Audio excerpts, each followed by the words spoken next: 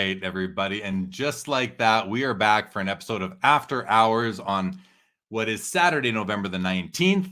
As you know, my name is Jeremy Lee, and we do have a guest. I'm going to bring him. We're not going to waste any time. We're going to bring him on right now. Sam G. What's going on, buddy? How's it going, man? Everything's going well, man. And you? Yeah, it's good. It's good. I feel like we just spent the weekend together, but I guess that's because we did at Expo. I mean, how have you been winding down after what was 4 fun-filled days of sports card immersion? You know, the funny thing is I haven't been winding down. I've been on my phone more than ever, looking for more cards and trying to do more deals. So it's like the weekend was, for me, it was like having a guys' weekend with the boys, and to sum it into words, it was like a kid at Christmas. Like, it was amazing being able to hang out with you, meet Ken, just meeting so many collectors, putting names to faces, IG accounts, and so on. I mean, the dinners afterwards, it's just becoming like, it's like a fun-filled weekend. Like, it's just amazing, day after day, talking to collectors and people have the same interests as you. What else do you want? Like, what can't get better?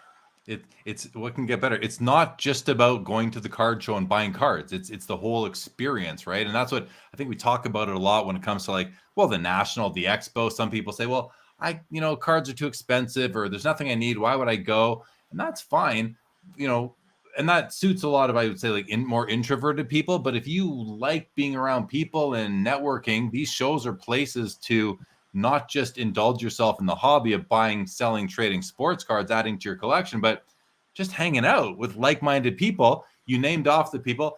Our buddy Ralph, who was also on Instagram as Wraparound Cards, he was only there for Thursday, Friday. He could only come for those 2 days. And I always, like, I'll bug him and I'll say, and not just him, but anybody, like, you got to plan and get those days off work, whatever it takes. And listen, I don't want to like hamper or negatively impact anyone's career or their earning potential, but life is really short. We only live once. And if the hobby is something, listen, I'm speaking for myself. You know how important the hobby is to me, that it's like, if I, in my 25-year career in accounting and finance that I just left, no company was going to tell me I couldn't go away to the Sport Card Expo. Like, you were not able to restrict me from enjoying the biggest passion in my life, So I think it's, I'd love to see more people be able to do. I understand you can't just do that, right? You've got obligations and everything like that, and it's hard to get time off work. So I get it.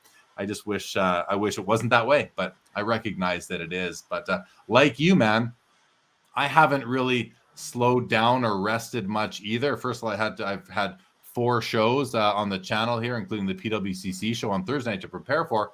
But also, I've made a couple of post-Expo deals. I've done 2 deals. I got 4 cards incoming right now that I can't wait to receive. And so anyway, that's one's with Cooch86 on Instagram. I picked up a card. So he showed both of us at the Expo. I know what it is. You know the card? Yeah. I picked that up from him. I don't know if you're like mad at me or what, but wow. Hey, I know. I'm just kidding. But he reached out to me and said, "Hey, would you take this?" I said, "Yeah, but maybe you have something else." And I got 3 cards coming, 3 or 4 coming from him. It's a Forsberg exquisite patch auto, a beautiful, beautiful patch, and a nice on-card auto. What else do I have coming from him? I don't even remember right now. Oh, a Brett Hull exquisite patch auto as well. A Cam Neely 0607 limited logos, a really nice card. And then the 4th one is just escaping me, but it'll come to me. And then from Andrew Auto Pick, a very well-known name in Facebook groups, I got a Jeremy Roenick exquisite patch auto coming in, number 50 of 50 from him. So that's pretty cool. Have you picked up anything since the end of the show? I'm working on a few deals. They're not quite done yet, but I'm working on 3 or 4 pretty big cards that I need for either collections and sets. So I can't share them with you yet because they're not done. So once they're finalized, but the beauty of it is that I'm noticing you've been doing this way longer. For me, I'm a rookie, setting up at the shows with you, just sitting there. It's just, I can see how it just becomes so addictive. Like every year, you don't want to miss it. You want to be there because the connections you make with these other collectors is amazing, because it just seems if you're able to hit it off for whatever reason, it's like the deals just come to you, really. And it's, people know what you collect, and you know, they reach out to you through Instagram, Facebook, exchange phone numbers. It's just, yeah, it's just, the hobby's come a long way, and it's amazing how you can actually access the cards that you want to get for the PC, whether it's for collections or so on and so forth. So for me, it's, I mean, I haven't come down yet at all from Expo, to be honest with you. It's like, I wish there was one coming around the corner. Like, I don't know how I'm going to wait 6 months, really. I know. It's like, I think again, it comes back to the people, the community, the in-person experience. I mean, nothing compares. We all, most of us have an LCS nearby. I know a lot of people don't, who live, rurally and that kind of thing, but most people have an LCS nearby, and it's nice to go in there, but it's always the same, per owner of the shop, and maybe a couple of regular customers you see in there. You might have a trade night you go to at your local LCS that has it once a month. Again, it's pretty much the same people. When you go to these card shows, especially the big ones, whether it's National or Expo or the Burbank show, or one of these ones that brings people from all over the place, and there's more than just those, of course. You get to meet so many more people, and like you said, like-minded, you get to forge relationships, make friends, and build out your network of future deals where people bring you cards. They know you're going to want it. I mean, we met a guy at the show. I met him for the first time this show. His name is Daniel. He goes on Instagram by Van Mash. He's this eccentric guy, lives as he says, he lives in the bush in northern Alberta.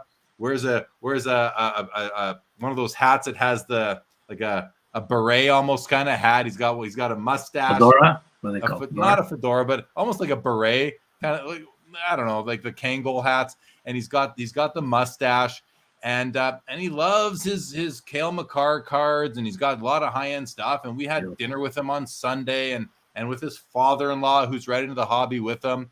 I mean, this is a guy who's now going to be a friend. It's like, you can go to these shows, you can make friends, which is awkward because as adults, we don't make friends as easily as we did when we were starting out our careers in companies, starting out in whatever, schools where you make friends, university, college, and then your jobs.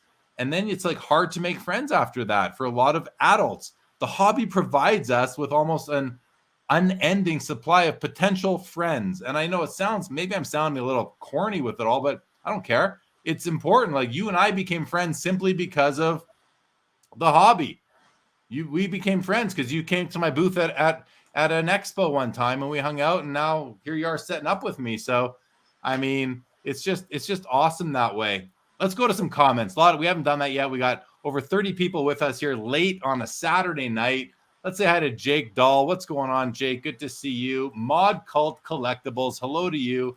Rich is in the house. No winding down when it comes to card hunting. Rich was at the expo, had some great cards. I let him park, I think it was a BVG6 Gordie Howe in my showcase for a little bit. He ended up moving it without my help, and I'm happy that he was able to do that. But that's the kind of thing you do for your friends. You put a card in your showcase if you can. Now, if he sold it, he was going to pay me a small commission, but he didn't. I didn't sell it, but it was just nice to be able to help him out. Eric says the worst part of the expo is when it ends. We got Mark Santucci in the house. What's going on? He says a little direct hello to you, Sam. And just back to Eric's comment here, he's 100% right. You arrive in Toronto for the expo, and you've got 4 days of card show ahead of you, and you think to yourself, it's only getting started, and then you blink, and it's 3:00 on Sunday, and people start packing up their booths early. It's like, there he is. There's Ralph. That's who I was talking about. Wraparound cards in the house. Our buddy Ralph, who was stationed at my booth with you and me there for Friday, Saturday, and then he couldn't make it out Sunday, Monday. We missed you those days, Ralph. We certainly missed you. Jordan Riker's back. Good to see Jordan. I've been running into him at all the shows in the States. Says, hello, Jeremy. You mentioned this was your best expo ever. Can you talk more about what was better than in the past? Yeah, it's a great question, Jordan. So I think when I'm saying this was my best expo ever, I'm meaning that in the context of as a vendor from I guess, obviously from a revenue perspective, the sales that I made were well more than my previous record. And again, I've been doing this for, I guess, 17 years at the Toronto Expo. So, I kind of know what I've done over the years, and people were buying. I had one pretty huge transaction that made up a big portion of my overall revenue. Without that, it would have been my second best show. So let me just put that in context. Without that one huge deal I made, it's still my second best expo ever, second to only a year ago. But that one transaction made it really worthwhile for me. And before I move on, I'll also say that the pickups were great. Like, Sam knows what I picked up, but just to give you guys those are my expo pickups right there. And you'll notice there's only one slabbed card. Oh, there's Sam's. There's only one slabbed card in there, and it isn't what you might think, in that it's not a graded card. So I didn't pick up any graded cards at the show this time. David G says, good evening. Was great to finally meet you in person at the expo. Wish I was able to spend more time at your booth, David. Always good to meet people who comment on the show, and I feel like I know you guys, a lot of you. So thanks for stopping by. Yeah, next time just budget more time. That's what I say. If you're friendly, you're welcome at my booth as much as you want to hang out. Please grab a chair, sit down, hang out with us. That's what happened to Sam. It's like and Ralph, you guys want to share, just come on back, sit down, and now you're with me, sort of thing, which is awesome. Mark says, do you two guys remember the Kansas City Scouts? We all know the Rockies and the Devils, but I mean, Mark, I'm familiar with the Kansas City Scouts. I don't have any memories personally of them, only of seeing their image on cards and reading about them. That's it for me. David French says, thanks for doing these random. I'd like to see an episode about what cards have changed the industry the most. That's a great, that's an interesting, a good channel for that is a guy like Chris Sewell from Baseball Card Collector Investor Dealer. He has done some videos like that on his channel, and he will be our guest on Sports Cards Live next Saturday. Hey, Mitch is there. Mitch Grobman. We spent a ton of time with Mitch and his father, Al, at the expo. Sam, I mean, just great guys. And we had dinner with them on Saturday night, I believe, at the Moxies at the Sandman Hotel. Hang out at a trade night a bit with them as well, and just at the booth. So it was just great to get to know them. And Mitch and his father were on an episode of After Hours a couple months ago. So it was just great to be in person and to his father Al's rap music. Al, I don't know how old Al is, maybe around 58, 62 in there somewhere. And the guy, he's got his gray anymore. Raps.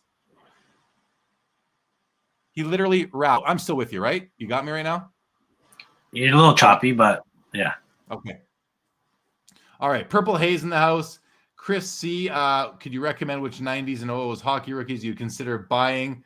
Yeah, I mean, there's so many Hall of Fame rookies in the 90s, Chris, that are, you've got Teemu Solani, you've got Eric Lindros, you got Martin Brodeur, Peter Forsberg. I mean, the list Yager, Bure, Fedorov. You got the Sedin brothers, you got Jerome McGinley, you got Joe Thornton, you got Patrick Marleau.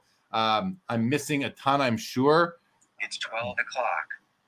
But the fact of the matter is they're also readily available that there's not much value to them. If value doesn't matter, you want to build a nice collection of Hall of Fame rookies, the list is endless from the 90s. Joe Thornton is probably the most expensive rookie. Zdeno Chara. Those are probably the two most expensive rookies from the 90s in like high grade sort of thing. So I hope that answers your question, Chris. I remember you did ask it earlier on in Sports Cards Live. If you have a follow-up, feel free to throw it in there. Purple Haze says, I've definitely made a few friends who live in different states solely because of the hobby, for sure. Mark Santucci just picked up a Gary Krotos Scouts uniform card. Very nice, unique item. Chris says, I made a few great friends across the country because of the love of collecting. The boards are strong. the bonds are strong and last a lifetime. It's just that commonality, you know. I talk about rapport with people a lot, especially with the guests on the screen. I want to have a good screen rapport with anyone who comes on the show, and that's why I meet with them before, to build that. And to build rapport, one of the key ways to build rapport with somebody is to find a commonality. If you have something in common with someone, building rapport is going to be a lot easier to achieve. Does that make sense to you? Totally. Sorry, to you, Sam? Yeah, totally. I mean, that's you couldn't say it any better. For sure. Ralphie says a great balance of modern and vintage. I think he means at the show, I'd say. Great feeling when you finally land a card after 12 years of chasing. No doubt. No doubt. Todd McDonald joins. Good to see you, Todd. Just joining late. What a great show this year. The extra hall made a big difference. Yeah, the show it's always only been in Hall 5. It was Hall 4 and 5 this year. So there were many more vendors. I made my way over there a couple times, found some deals. I think that hall did okay. I know a lot of people are going over there, so I hope it was. Alex in the house, got to see him at the show. Good to see you. Thanks for joining. Rich gives a list. Joe Thornton, Black Diamond rookie, is probably the top hockey rookie card to get in the 90s.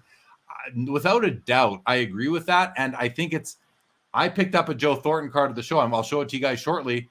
I think Joe Thornton is one of these guys who the hobby collectors, I mean, he plays in San Jose, maybe not the best market, but I mean, Sam, Joe Thornton, he's like almost an all-time great. I mean, I believe he's probably the active points leader in the league right now, maybe.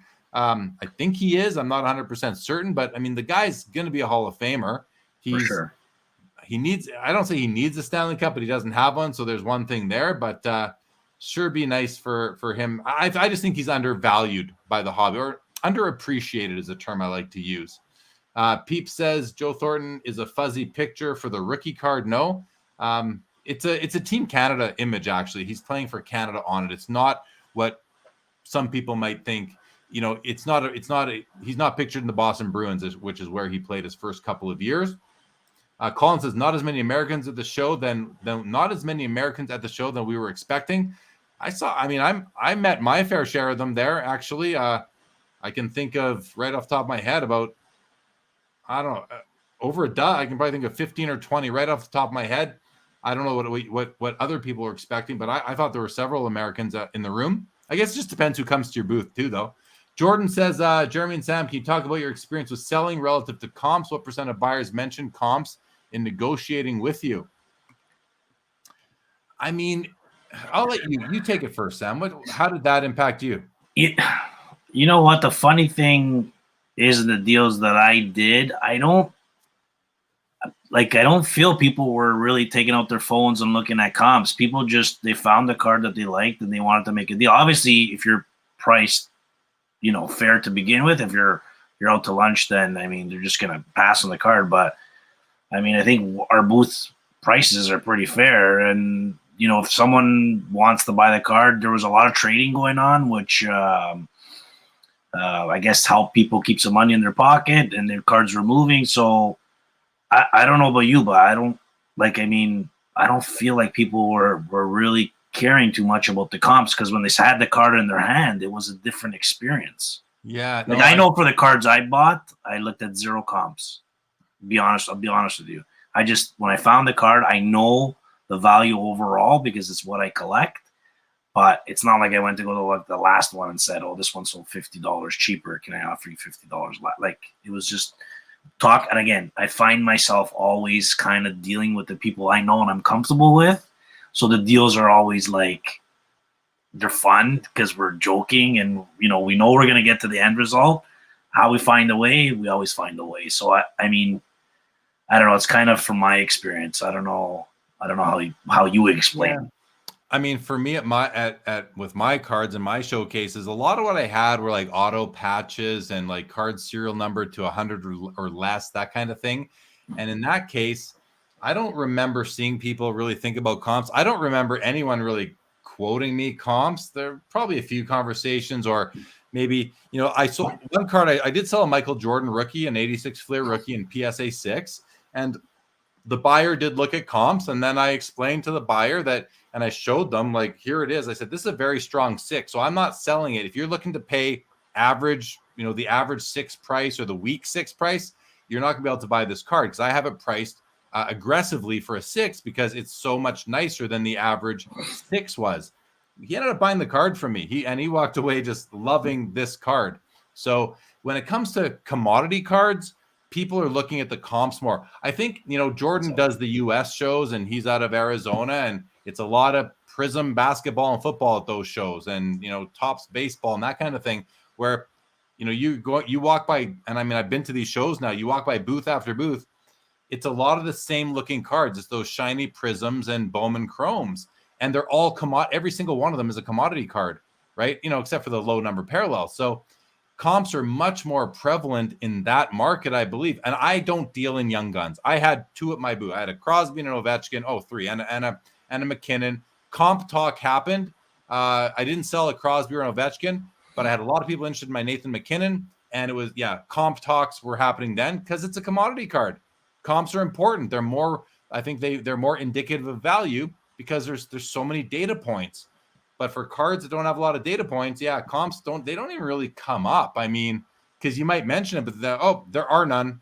So it just becomes what are you comfortable paying and what are you comfortable selling it for? So that kind of, I think that sums up the comp experience there. Perfect. Go ahead. I mean, I should have said from the beginning, the type of cards that I'm buying, they're always numbered cards. But if it's like you said, like it's a commodity future watch or stuff, people are going to definitely look at the comps. But if it's something that's a rarity, low numbered piece, then I felt like people were just like, they held the card and this is something they wanted and they made it happen. Yeah. So you couldn't have said it any better. It was perfect. Like, they use their own experience and gut. I think that's an underappreciated, undervalued tool in the hobby, which is just using if you have it, to use that experience. Chad Chipper, great show. Loved hearing the Pawn Stars stories. Thanks, Chad, for being on both shows tonight. And that last episode with Steve Johnston, I mean, I said to him after, the hour 40 went by super quick. I thought he was a really great guest. It was great to have Leighton Sheldon on again. So I enjoyed that episode. Thanks to everyone who was there for that one. Mitch says, I had an amazing time at the Expo. Best show I've ever been to. Mitch is out of Chicago, by the way. Him and his dad count for 2 of the Americans that I thought of when I was adding them up in my head. Really enjoyed hanging out with you and Sam there too. Yeah, Mitch, it was great to see you and Al, of course. Ralphie, he was there. The meat man was actually there, just in a different location. Ralph, you must have missed him. Colin says he retired. I know I saw him there. I know he was there. I saw him. So I'm 100% certain. I don't think that was a dream. Jerry says that Yager, Sundin, and Brodeur are other. Oh, and Mike Modano and Jeremy Roenick. I mean, the 90s is chock, especially 90-91 and 91-92 are chock full. And then you got Paul Correa coming after that. Marcus Naslin coming in like 93. The list does go on. Adam really enjoyed the Expo. Happy to pick up the Crosby and Lemieux from you. Thank you, Adam. Appreciate that very much. Appreciate the deal. Eric says, nope, no Americans. Eric is from the Boston area, and he was definitely there. Peep said, I just think that if Thornton has a more clear-cut rookie, it would be worth more. I mean, it's pretty clear-cut, though. He's got the ice. He's got the black diamond. They're clear-cut rookies. I mean, the hockey community accepts those as his rookies. So I wonder if there's truth to that, Peeps. If he was pictured in a Boston uniform, would that make a difference? Maybe that would. Rich says, do you feel there was more requests for trade or partial trade sale type deals at this show? I mean, listen, 17 years in and nothing's changed from my perspective. I mean, people always want to give you some cards. Everybody's got cards in the show. People bring traders on purpose. Do I think if the question specifically asked there was more of a request? I don't know. I usually count up my deals. I don't have them counted yet. I don't know how many I did. I just forgot to do that. I should have.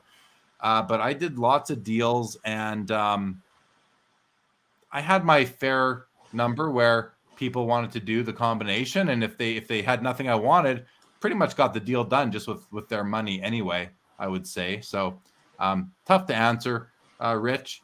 Ogie says American here was there from Thursday 4 till Sunday at 4:30. Great autograph show for Hockey Hall of Fame players, no doubt about that, Ogie. And thanks for making the trip up to the Expo. David G drove up from New Jersey. Took my daughter to visit Niagara on the way. Yeah, that's awesome. Nice. Wonderful. We have more Americans in the room here right now that were at the show than I think Colin, I think you saw at the show, perhaps. Peep says collectors would be are wise to look beyond the assigned grade. 100% agree with that. Barry Ma, I was honored to meet the mayor of Canada. Yeah, there's another who I didn't even think of him, Richie Barone. He comes in from Long Island. Ogie says older Raw Hockey Hall of Fame rookie cards dried up quickly at the dealer tables. I heard that happen. I mean, Colin mentioned to me he sold a ton of them. Did you guys get any older hockey? Say seven. Mark, this is like my first Expo ever. I didn't buy a single vintage card. And it wasn't by design. It just happened that way. Hey, I mean, Sam, like, someone looked at my stack. They said, where's the vintage? I said, I just didn't pick any. I mean, I've got most of the vintage I want already, but usually I'll pick up a vintage card or two, even if it's just, to resell down the road, like a Gretzky or a Lemieux rookie or a Wara or how, whatever. I didn't pick up a single vintage card this year for myself. First time ever. Chris says, I'll buy raw unless I see a good value on an SGC graded and because PSA is overvalued in many cases. Fair. Albert says, this is my favorite show and Jeremy has some new cards. At the same time, it's the show I hate the most because we have such similar taste and I guess super jealous. Colin says, very slow show on the weekend for a dealer. Dealers all needed to be under one roof to be fair. Very slow show on the weekend for a dealer. Yeah, but if the real estate doesn't allow it, it's just fair. Fair isn't an option. Like fair, I have no problem the way it was laid out. The fact that Hall 4, what am I missing something here, Sam? No, I just want to say something when you're done. Okay. So let me finish up quickly. The way I look at it is, if the promoter of the show didn't include Hall 4, there were just more people that didn't get a booth, and now it's going to become a seniority thing. New people go into Hall 4, and when someone who has more seniority doesn't come anymore, they'll lose their Hall 5 spot. The top of the first guy that registered for Hall 4 will move into Hall 5, and so on and so forth until everyone makes their way out and there's a group of new dealers in Hall 4. Plus, this is the first time of Hall 4. Moving forward, there will be more people will know about it because people are coming back and they might have missed it last time. So, like, I have no issue with the way it was held. I have no issue with it being unfair, to be honest. It's unfair because they were the latest people to register for a booth in many cases. So I don't take issue with that whatsoever. I think it's just the way the world works, sort of thing. And you kind of got to pay your dues in a way as well. It's kind of like a pay your dues sort of thing. And again, if there was no Hall 4, those vendors would not have been there at all. So it's like, take what you can get also to a degree. What did you want to jump in with, though? I just wanted to say, in Hall 4, wasn't that where the pavilion was for all the autographs? It was. So I thought Steve did a really good job. Was a smart design letting the autograph session go in Hall 4. So all those dealers in Hall 4 had a lot of traffic. Yeah, I mean, I think compared to other shows. Well, and that was part of the plan, was to steer traffic that way. The other thing was there was this connector hallway between Hall 4 and Hall 5, and it was referred to by the organizers as the connector. And apparently those dealers I heard they had great shows because anyone who went to the autograph pavilion, anyone who walked to Hall 4, you're window shopping on your way. I mean, myself too. I know you bought your biggest card came from the connector. That's from right. a dealer set up in the connector. So, I mean, that was another area that like maybe shouldn't have been as successful as it was, but ended up being pretty good for most of the people that I know that were set up there. So I think that it's just, the show, it'll, growing pains, but eventually I think it'll get there. Adam Holgate confirms the meat guy was there for sure. Thank you. Alex says the only time I heard comps was when the seller was lazy and didn't have their cards priced and we're looking the prices up. Fair. Exactly. Yeah, that makes a lot of sense. And if you came by my booth, you noticed that all my cards, except for one showcase, which I didn't get a chance to price, were priced with price tags on the front. I always say that. I said Lindros early. I said Lindros, like, I think it was the second name I said. Colin, rewind and confirm. Fact check me on that. Todd McDonald, the meat guy, was there. The smell was not like it normally is. Maybe that's why Ralph missed it. Alex says the only time I used comps was when a seller was saying his card was a $1,000 card when the last one sold for less than half of that. Yeah, that's good to know. Colin experienced lots of trading. Ralph says, oh, that makes sense, Todd, because I didn't smell the stench. Yes, there you go. Ogie says, no one thought I was American because I kept on saying A. Good way to fit in. Jordan, who are your best sellers at the show? I don't know that I have a who was. Again, it's not like in basketball and football where our tables are filled with these modern quarterbacks and basketball players. So I could easily tell you it's like, you know, Justin Herbert and Mac Jones and Giannis. It's not like that because we, at least at my booth, it's a lot of cards of all players of all eras in a lot of modern cards, like, Gordie Howe autographs. I sold a few of those. I sold a couple Wayne Gretzky autographs. I sold some Crosby cards, Ovechkin cards. I mean, I should pull up my records and I could share more. But how about you, Sam? What were you noticing people were asking for? I will tell you that there were a lot of people asking for Nick Suzuki and Cole Caulfield of the Montreal Canadiens. Yep. Some Mitch Marner and Austin Matthews as well. And some Stutzla and some Norris, some Ottawa guys. But otherwise, it was all Hall of Famers and the staples. Ovies, the Gretzky's, the Howes, the Orrs. Everybody was asking for, the good stuff. Yeah. Mark says, how well did baseball sell all years? I mean, I had some baseball cards at my booth. I had a few of them. I think I sold 6, no, maybe 4 baseball cards. I couldn't even tell you who they were. So not really a good question for me or Sam because we're almost exclusively hockey. But if anyone else in the chat was set up and had baseball, let's hear what you thought about that. Colin Murray says, not fair for Hall 5. Well, I don't understand, Colin.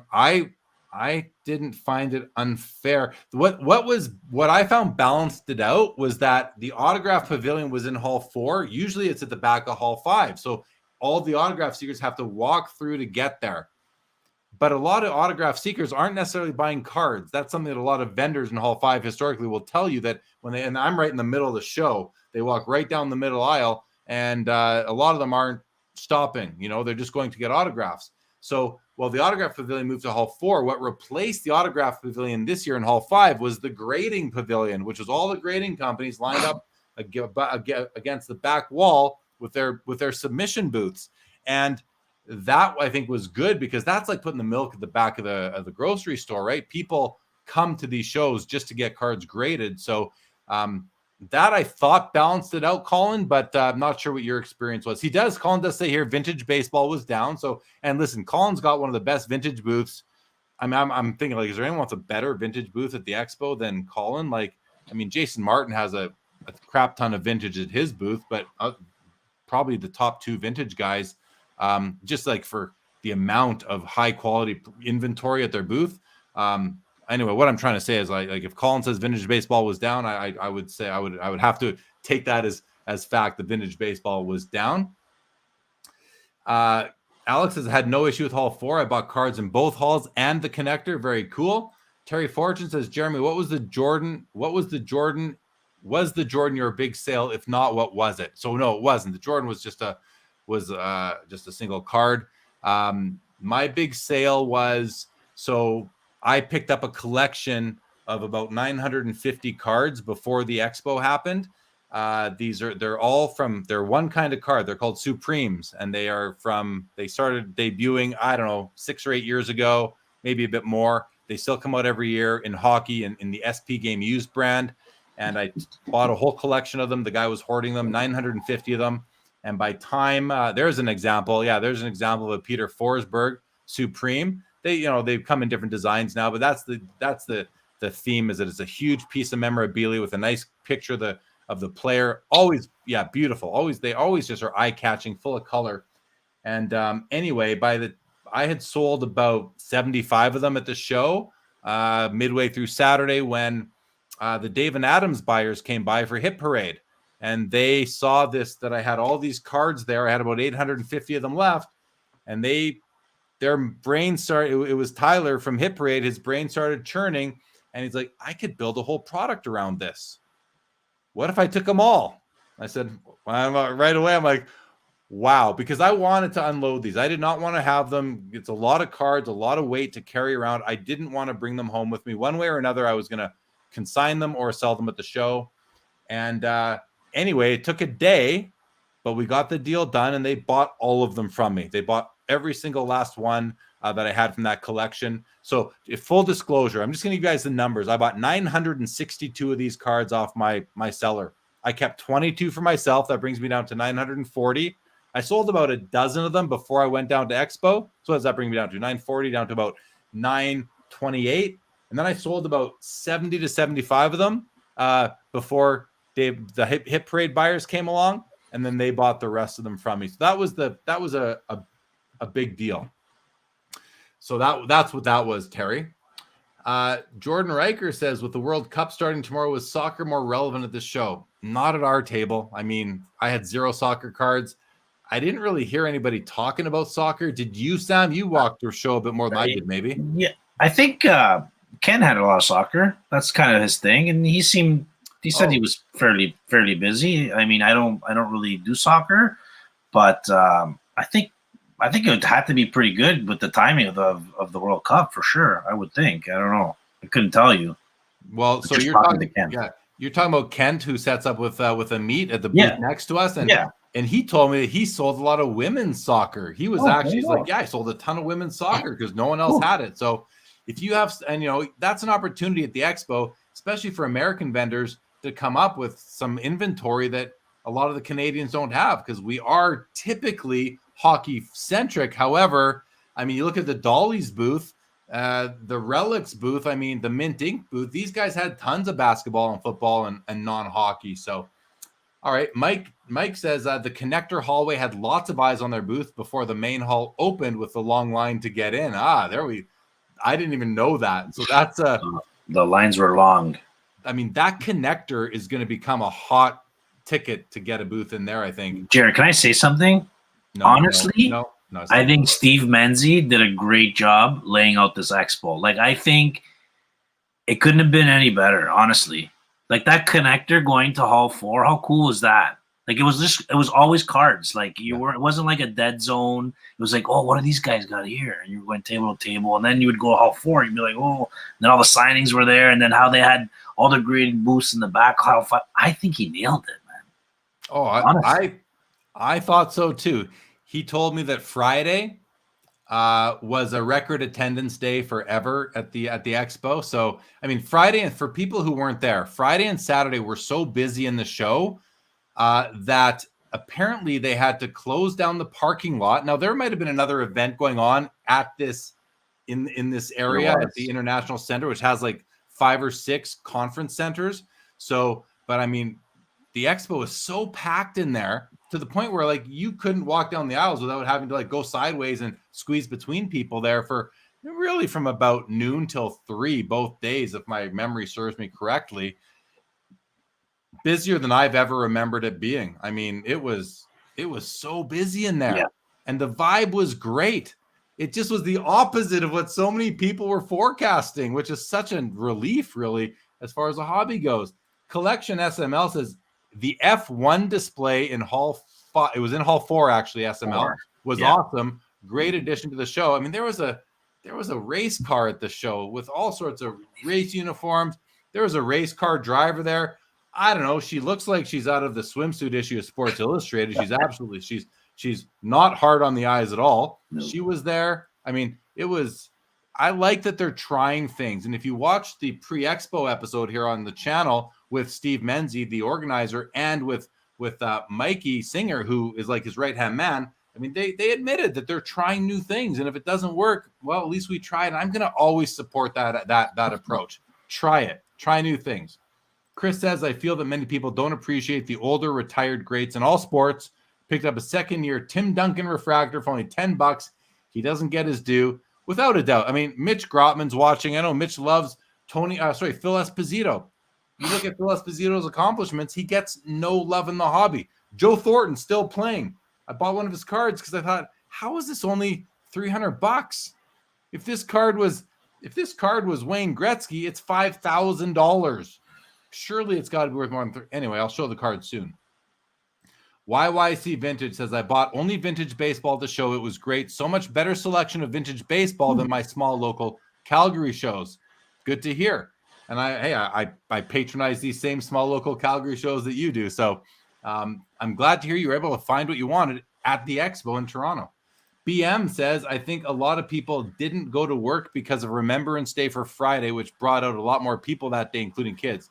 Yeah, I think that certainly has something to do with it. Friday is always a great day at the show, especially at because the show used to go to 9 or 10 o'clock on Friday. Now it cuts off at 8, but from 4 to 8, that's a good time. This year, because of the holiday, I think that busyness started a bit earlier.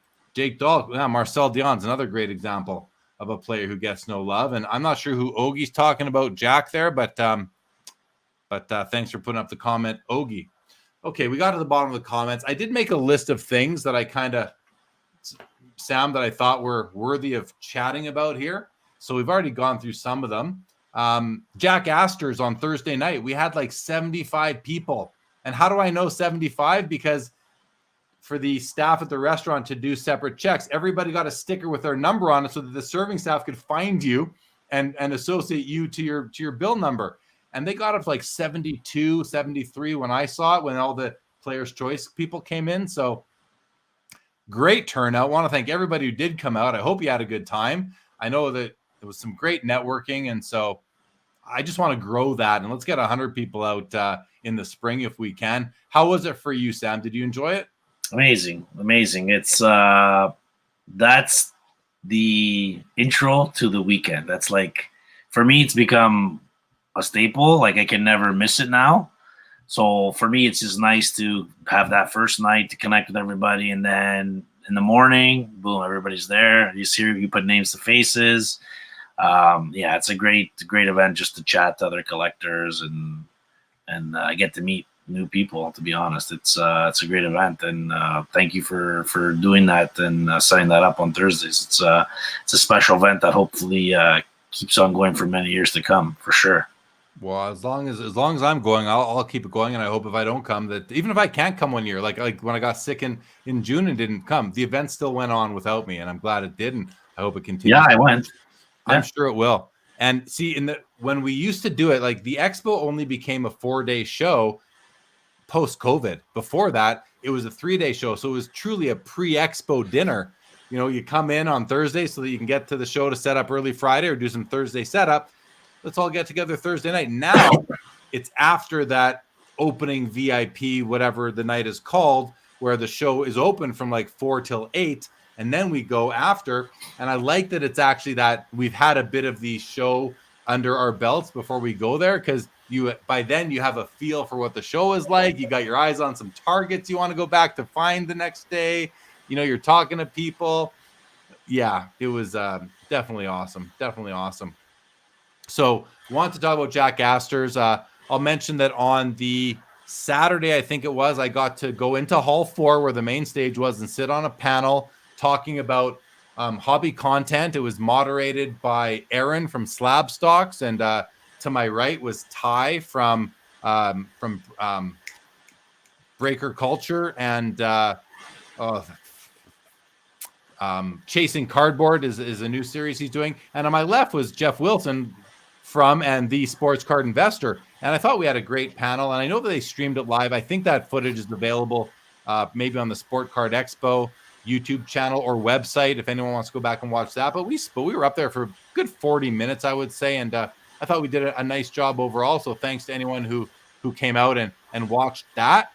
Tag grading, of course, you all know I'm involved with tag grading. We had a great show overall. We had a couple of booths in the place.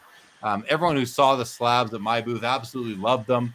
And I know that we took in several submissions. I think it was a very successful show for us from a submission standpoint. So I want to thank everybody who was willing to ask me questions and hear me answer them about tag, what we're up to there, about the slab, the digital image and grading report, the service, the turnaround time, all that stuff. Thanks to everyone who did submit cards and talk to me about it. I greatly appreciate that. Saturday night was a trade night, Sam. It was at the Expo Center. It was in a separate room, so you couldn't walk into the show itself. That was all closed for security purposes, but we got there late, really late. I think it went from 6 till 10. We got there at 9 after dinner. You, me, or did you come? No, I didn't. I didn't come. I couldn't make it. You didn't come. That's right. I went there with Mitch and Al and Grotman, and it was pretty cool. I mean, there was music playing. It could have been brighter. I would have liked more light in the room. I thought that would have been just easier to see cards and that, but you could see everything. It was pretty fun. I think it's going to evolve and get better and better, and I hope that it does as we move forward. Pickups. That's the next thing on my list, are pickups. I think we should show some cards before we do. BM says, I got to say, Tag's booth was beautiful. Thanks, BM. I appreciate that. I hope you like what we're doing. And Mark says, I appreciate older players like Rod Gilbert, Dave Maloney, Serge Savard, and Bobby Orr. Like Rod Gilbert and Bobby Orr are, Hall of Famers, well-known. Bobby Orr especially, of course, a lot of people consider him to be the best hockey player of all time, ahead of Wayne Gretzky and Gordie Howe. Rod Gilbert is kind of like one of those, played in Buffalo, I think his whole career. Not the best market, but a good market for hockey. And but I don't see Dave Maloney very often. Serge Savard's a legend in his own right, though. So anyway, very cool to hear that. And David G says, I sold a nice T206 card to the baseball dealer in the connector, part of my game, to take something that is common to see in New York City and swap for rare pre-war hockey cards that can only be found at Expo. I love that approach. Absolutely love it. Yeah. So, okay. Great comments. We got through them. Sam, let's do a battle. Let's go card for card and show some cards that we picked up. We'll just go, not a battle. We'll go back and forth one at a time. Before we do, Mike says, was nice to see the tag slabs in person. Submitted 25 young guns for grading. Awesome, Mike. Can't wait to see how you like that. Thanks for sending the business to Tag. What were you going to say, Sam? So I'm guessing we're going to go by the deals we did, like what cards we got in that deal. We can do deal versus card. Yeah, that makes sense. Let's do that. Makes sense, right? Yeah. Okay. Did you want me to go first? You go first. Well, yeah, you go first. I'm going to make sure I have mine sorted by deal if I can remember that. Yeah. So I made a trade and cash deal with the beauty Van Mash. Van Mash is a beauty. He bought a Gordie Howe. It was a redemption card that they sent back. That it was. Anyways, it was a 101. They got sent back, and he signed it. So, and then we traded for these. I collect Bure and Forsberg on my main PC. So I got 3 Forsbergs in the deal. Glory. NHL Glory. So that's a silver shield. It's not a silver. Game worn or anything. It's actually a piece of silver. Yeah, numbered to 10. And then I got, this is a pretty cool card, the top 10 picks. This is also numbered to 10. Yeah, that's number one at 10 is kind of cool. Yeah, I got these 3 plus some cash for the Gordie Howe. Do you want to go next year, or do you want me to just keep going? You do another one here as I'm sorting through my deals.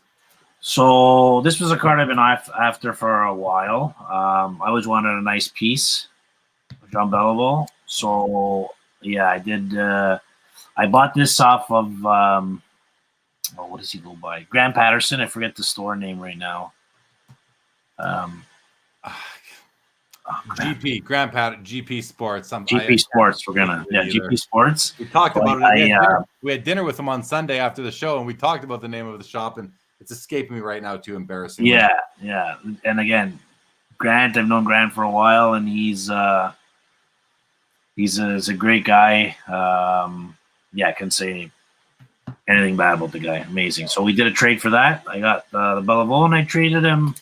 I can't remember what. Oh, he said he's a shield collector. I traded him a few shields for that one there. Then I got this one, this Francis Foundation and Leaf uniform for from that beauty Grotman cards, Mitchie. Yeah. Shout out to Mitch. So I had purchased this one a couple weeks before the show, which is the emblems, Francis. So now I get to have both of them together in the PC, which is really rare because I think Francis played 1 year with the Leafs. So these are probably his best cards in the Leaf uniform, in my opinion. I think it was only 1 year he played. So those were pretty cool to get those. Did you want me to just keep going, Jared? No. That's okay. I just want to make a comment here. Okay. Terry says, I think Jeremy was thinking Gilbert. I was. Rod Gilbert of the Rangers with a 1961 rookie. Yeah, my bad. Just a brain fart there. Thanks for pointing that out, Terry. Mitch says that Grant Patterson was a total sports. Yes, makes sense. Thank you for that. Some funny jokes in there. Jake Dell says cool Belleville, which that autograph was beautiful on that stick piece for sure. Colin Marie says Gilbert, an all-time Ranger, passed away this summer. Yeah, sorry to hear that for sure. Okay, so that's what we missed. Mark says, so Sam, are you from Vancouver or you just like Pavel Bure? No, I'm from Toronto. Yeah, just childhood, icon for me was Bure. Watching him come down the ice with that speed, putting goalies in, Mike says Ron Francis played 12 games with the Leafs in 03-04. Is that all he ever played was 12 games? That's it. I think he came in, I think maybe at the trade deadline and then played a bit, and then I don't know if he got hurt. I can't really remember. But it wasn't very long. But there you go, 12 games. Maybe he came in as a rental player at the end of the season or something, and that was it. I mean, he's an all-timer. I mean, I love her. I have a small Ron Francis collection. So do I. It's all Hartford Whalers cards, though.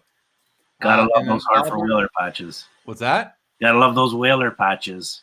Albert says, I've dealt with Grant Patterson many times over Facebook. Yeah, he's got a big Facebook group going. So the first card that I picked up at the Expo was one. I bought it from Josh, who is Hit 'em High Sports Cards on Instagram. And he put this card up on his Instagram like a week or two before Expo. I messaged him right away. I go, how much for that card? He goes, I'm just going to bring it to Expo and sell it there. I'm getting a lot of interest in it. So I got there early and I went straight to his booth and I managed to buy this off of him. This is a 2018 Upper Deck Ingrained, which is based on stick cards. It's a complete sticks on card autograph, numbered out of 25. I mean, look at that. It's freaking beautiful. Beautiful. Like, look at that. Look how nice that is with the silver foil accents. Numbered out of 25. The autograph is in bold blue. Of course, he's got his nice red uniform on. And then it says it's a piece of blade, shaft, and handle. A piece of blade, shaft, and handle from a stick, a complete stick. So that's the first card I bought when I walked into the show. Was very happy with that. Now I'm going to lose the order, but I'll show you a couple. Here's the deal. You'll recognize these ones. I picked up these two cards from probably the least friendly dealer in the place. He had this Connor McDavid in his booth. This is a 2019 Ultimate Collection, numbered out of 15. Oh, you'd know. You're that least friendly dealer I bought it from. So we did it. Sam was raising money to go buy a Grail type card from that guy I was talking about earlier in the connector, which was the big card. And in order to do that, you sold me this card. So I bought this off you. And then as a sweetener to the deal, I got you to throw in this Logan Couture signature patch at a 99 from the Cup. And so this card here is not a personal collection card for me. So that will be at the next show with me. But this is going into my personal collection. This beautiful Connor McDavid patch auto. And let me show this one now. So this card came to my booth. Right here is a Dale Hawerchuk SP Authentic Rookie Review from 2000. I don't even know the year, but 2007 or 08, something like that. But this was gifted to me by Ben, who is Cooch86 on Instagram. And I just want to, if you're watching, Ben, or even if you're not, I'm going to thank you anyway. But thank you for just for the gift. Very nice card, cool patch, numbered out of 100. And Dale Hawerchuk is the player of whom I own the most cards of any player in my collection. So want to thank Ben for that gift. That was really nice. Let's see what we got here. Jake says, another player I like collecting, Ron Francis, doesn't get hobby love either. Two guys on the screen right now, though. I think Ralph collects him too, right? So yes, yeah. He's getting more love than before. Let's say that. Mitch says that Ron Francis, 5th all-time in points, more assists than anybody not named Wayne Gretzky, right? Like the love just isn't there for as it should be. Phil Esposito gets even less love. Thank you, Jake, on the Iserman. And Mark says, do you guys have Francis 86-87 card 43? No, I do not. I think you just mean the base card from 86-87. I do not have that card. His rookie year, was 82-83 O-Pee-Chee, which was one of the 2 years that Topps did not make hockey cards for whatever reason. They took those 2 years off. Should I show one more little grouping of cards here? Yes, All right. please. I will show. So we're talking about Hall 4. Josh from Hit 'em High comes up to me on Thursday. He goes, you got to get it. He says, did you see that guy at the back wall in Hall 4? Hasn't been here before. Got a bunch of cool cards from the early 2000s. So I went over there and I picked up these. I picked up this pair of stick pieces from like 2001 Titanium. I got this pair of cards for $20. I thought they're so nice. They make such a cool pair. Forsberg and Sakic. They're both really nice stick pieces in those little windows. I've now been searching for other cards from this set, Sam, to see who else I'd want to add. But those are pretty cool. $20 for the pair. Couldn't go wrong. The Sakic, it's hard to see at the bottom there, but it's numbered at a 224. Looks like 209 at 224. And then the Peter Forsberg is numbered 47 of 235. So cool cards. I just thought they looked nice. I mean, I'll pick those up for $20. And then the third card I got from these guys were because I'm in Alberta. I'm close to Edmonton. I know I'm going to find someone who wants this. This is just a Ryan Smith card from Titanium, a different year, but it's a patch card. But amazingly, it's numbered at the bottom, 22 of 24. So this is only 24 copies of this card made. I know the next time I'm at the Edmonton Expo, I will find a forever home for that card. So I picked up those 3 cards in a lot from the one guy in Hall 4. You got something you want to show next? Oh, while you're digging, Alex does say that guy in Hall 4 was my favorite booth. No offense. Yeah.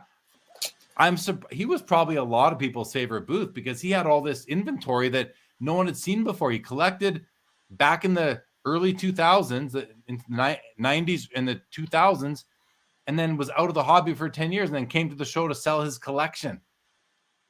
You know how many people went to Hall 4 to see that guy? I don't, but it was a lot.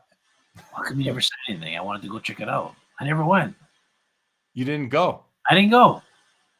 Well, Josh cleaned him out of most of the good stuff anyway. I had to pick through that's all I could find were 3 cards. So again, I did another deal with Van Mash for this beautiful Lemieux signature patch with the beak. 0809. Yeah, beautiful. Number to 25, 22 out of 25. And then this was a card I was after for a while. I lost it on eBay, I don't know, last year sometime. And shout out to Tiero Cards for making this one available. He came by the booth, nice guy. I was able to acquire this beautiful Solani, number to 10. It's got 5 breaks, beautiful auto. I lost this exact card here to Tony. We're both bidding it on eBay. It's hard to see, but if you can look on the keep it there on the patch, it's got sort of purple in the middle, then it's got white. Then on the outer sides, that's actually like teal. That's a beautiful light blue. It's harder to see on the screen, but we're card bros on this one. As you know, Sam, I have a copy of this card as well with a similar patch. This is my guy, Teemu Solani. I mean, what a beautiful card. You know, I had a shot at it, I think, before you did, because I was looking through Tony's stuff, and we did a deal on some other cards.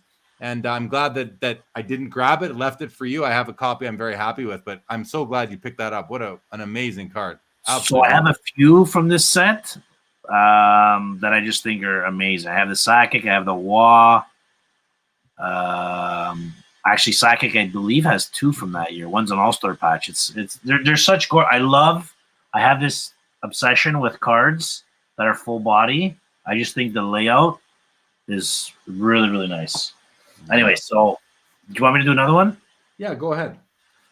So I picked this one up from Hall 4. What a beauty.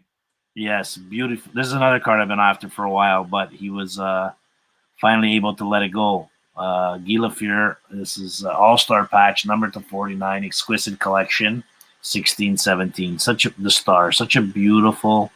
These All-Star, I don't know, they do something to me. Aren't they so gorgeous?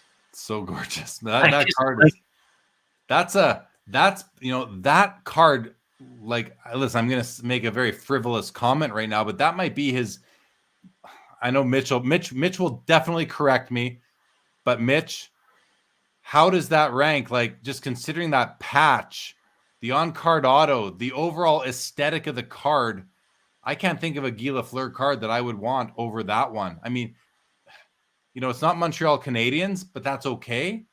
I know he's got, like, that's just a beauty. It's just a stunning, stunning card. I love it. When I first saw the picture of it, I was like, oh my God, I have to have it. But finally, he was able to come down in price and worked it out. I'll do one more, Jer, and then you go. Go ahead. So this was another card that I was able to acquire. I had bought this version, number 5, with the auto last year at the Expo. So I got the non-auto version to pair with it, and it's got the almost the identical patch. So when I'm able to put them side by side, it's gonna be really cool. And that's apparently a game used hockey memorabilia. So I don't know, pretty sick. Or any patch with like 3-color Oilers game used piece on with Wayne Gretzky is very elusive right now. So yeah, I mean, Frankie Fives is a longtime Expo vendor who bought an amazing Gretzky collection like the week leading up to the Expo, and I missed the good stuff there too. But wow, congrats to the people who were able to pick up some sweet pieces from him, and that was definitely one of them. So nice, good stuff. Okay, I'll show I'm looking at my notes now. So the first card I bought was that Yzerman. The second deal I did was for these 3 cards here that I showed before. The third deal I did also came out of Hall 4, and this is the only slab card I bought. It's from 2008 in the game, Ultimate Memorabilia. It's an Ultimate Emblem 1 of 1, and I've been collecting these since they came out in 2009 or so. I've got, I think, 92 cards from this in this style that have come out. There were 3 years that they made them, I believe. And I've got, again, this is the 92nd card, but it's from the first year they did them. And it's a Mario Lemieux piece of all-star jersey patch. It's a 1 of 1. I got it from, I think, Lower Level Sports Cards in Winnipeg. Mike was set up in Hall 4. He's someone that I'm sure would eventually love to kind of graduate to Hall 5 and will eventually, but in any event, I got this from him. It was such a good deal because I know these cards. I've been buying these cards for over 10 years, and the price he had on it was way more than I was willing to pay. And I said to him, I said, that's a card that I'd acquire from you, but I know what I'm willing to pay, and here's why. And I showed him my collection. I flipped through it in my Dropbox. Said, I've got 90 of these cards already, and here's what I paid for some. This is what I could pay for this card. Do you want to take the deal? And it was just very friendly. He said, yeah. And it was less than half of what his price tag was. But that's where I was at. And it's an easy card to think that, you'd put a huge number on it. And but he just trusted that I knew what it was. It's like in the last episode that I just had with Steve, where we were talking about, when he talked about being on Pawn Stars, and he was saying how the expert is usually the person that owns the item, not the expert that's called in. And this is the case here where Mike recognized that I was the expert in these cards. And this is what I was willing to pay. And I said to him, I'm going to try and get a deal on it. Like, I don't want to pay full retail for it, but if you're willing to give me a bit of a deal, this is what I'd pay. Might have come up by a few bucks if I had to, but in any event, this was the third card I bought, and goes nice. Like this won't see the light of day for for decades at this point. So that was the third card I bought. Go back to my list here. This was a funny deal. So speaking of the mayor of Canada, Rich Barone, he had these sealed FedEx boxes just filled with cards that he kind of poured in them. And he was wanting to gamble and sell them blind. So I managed to open one, look through it, made him an offer. He accepted.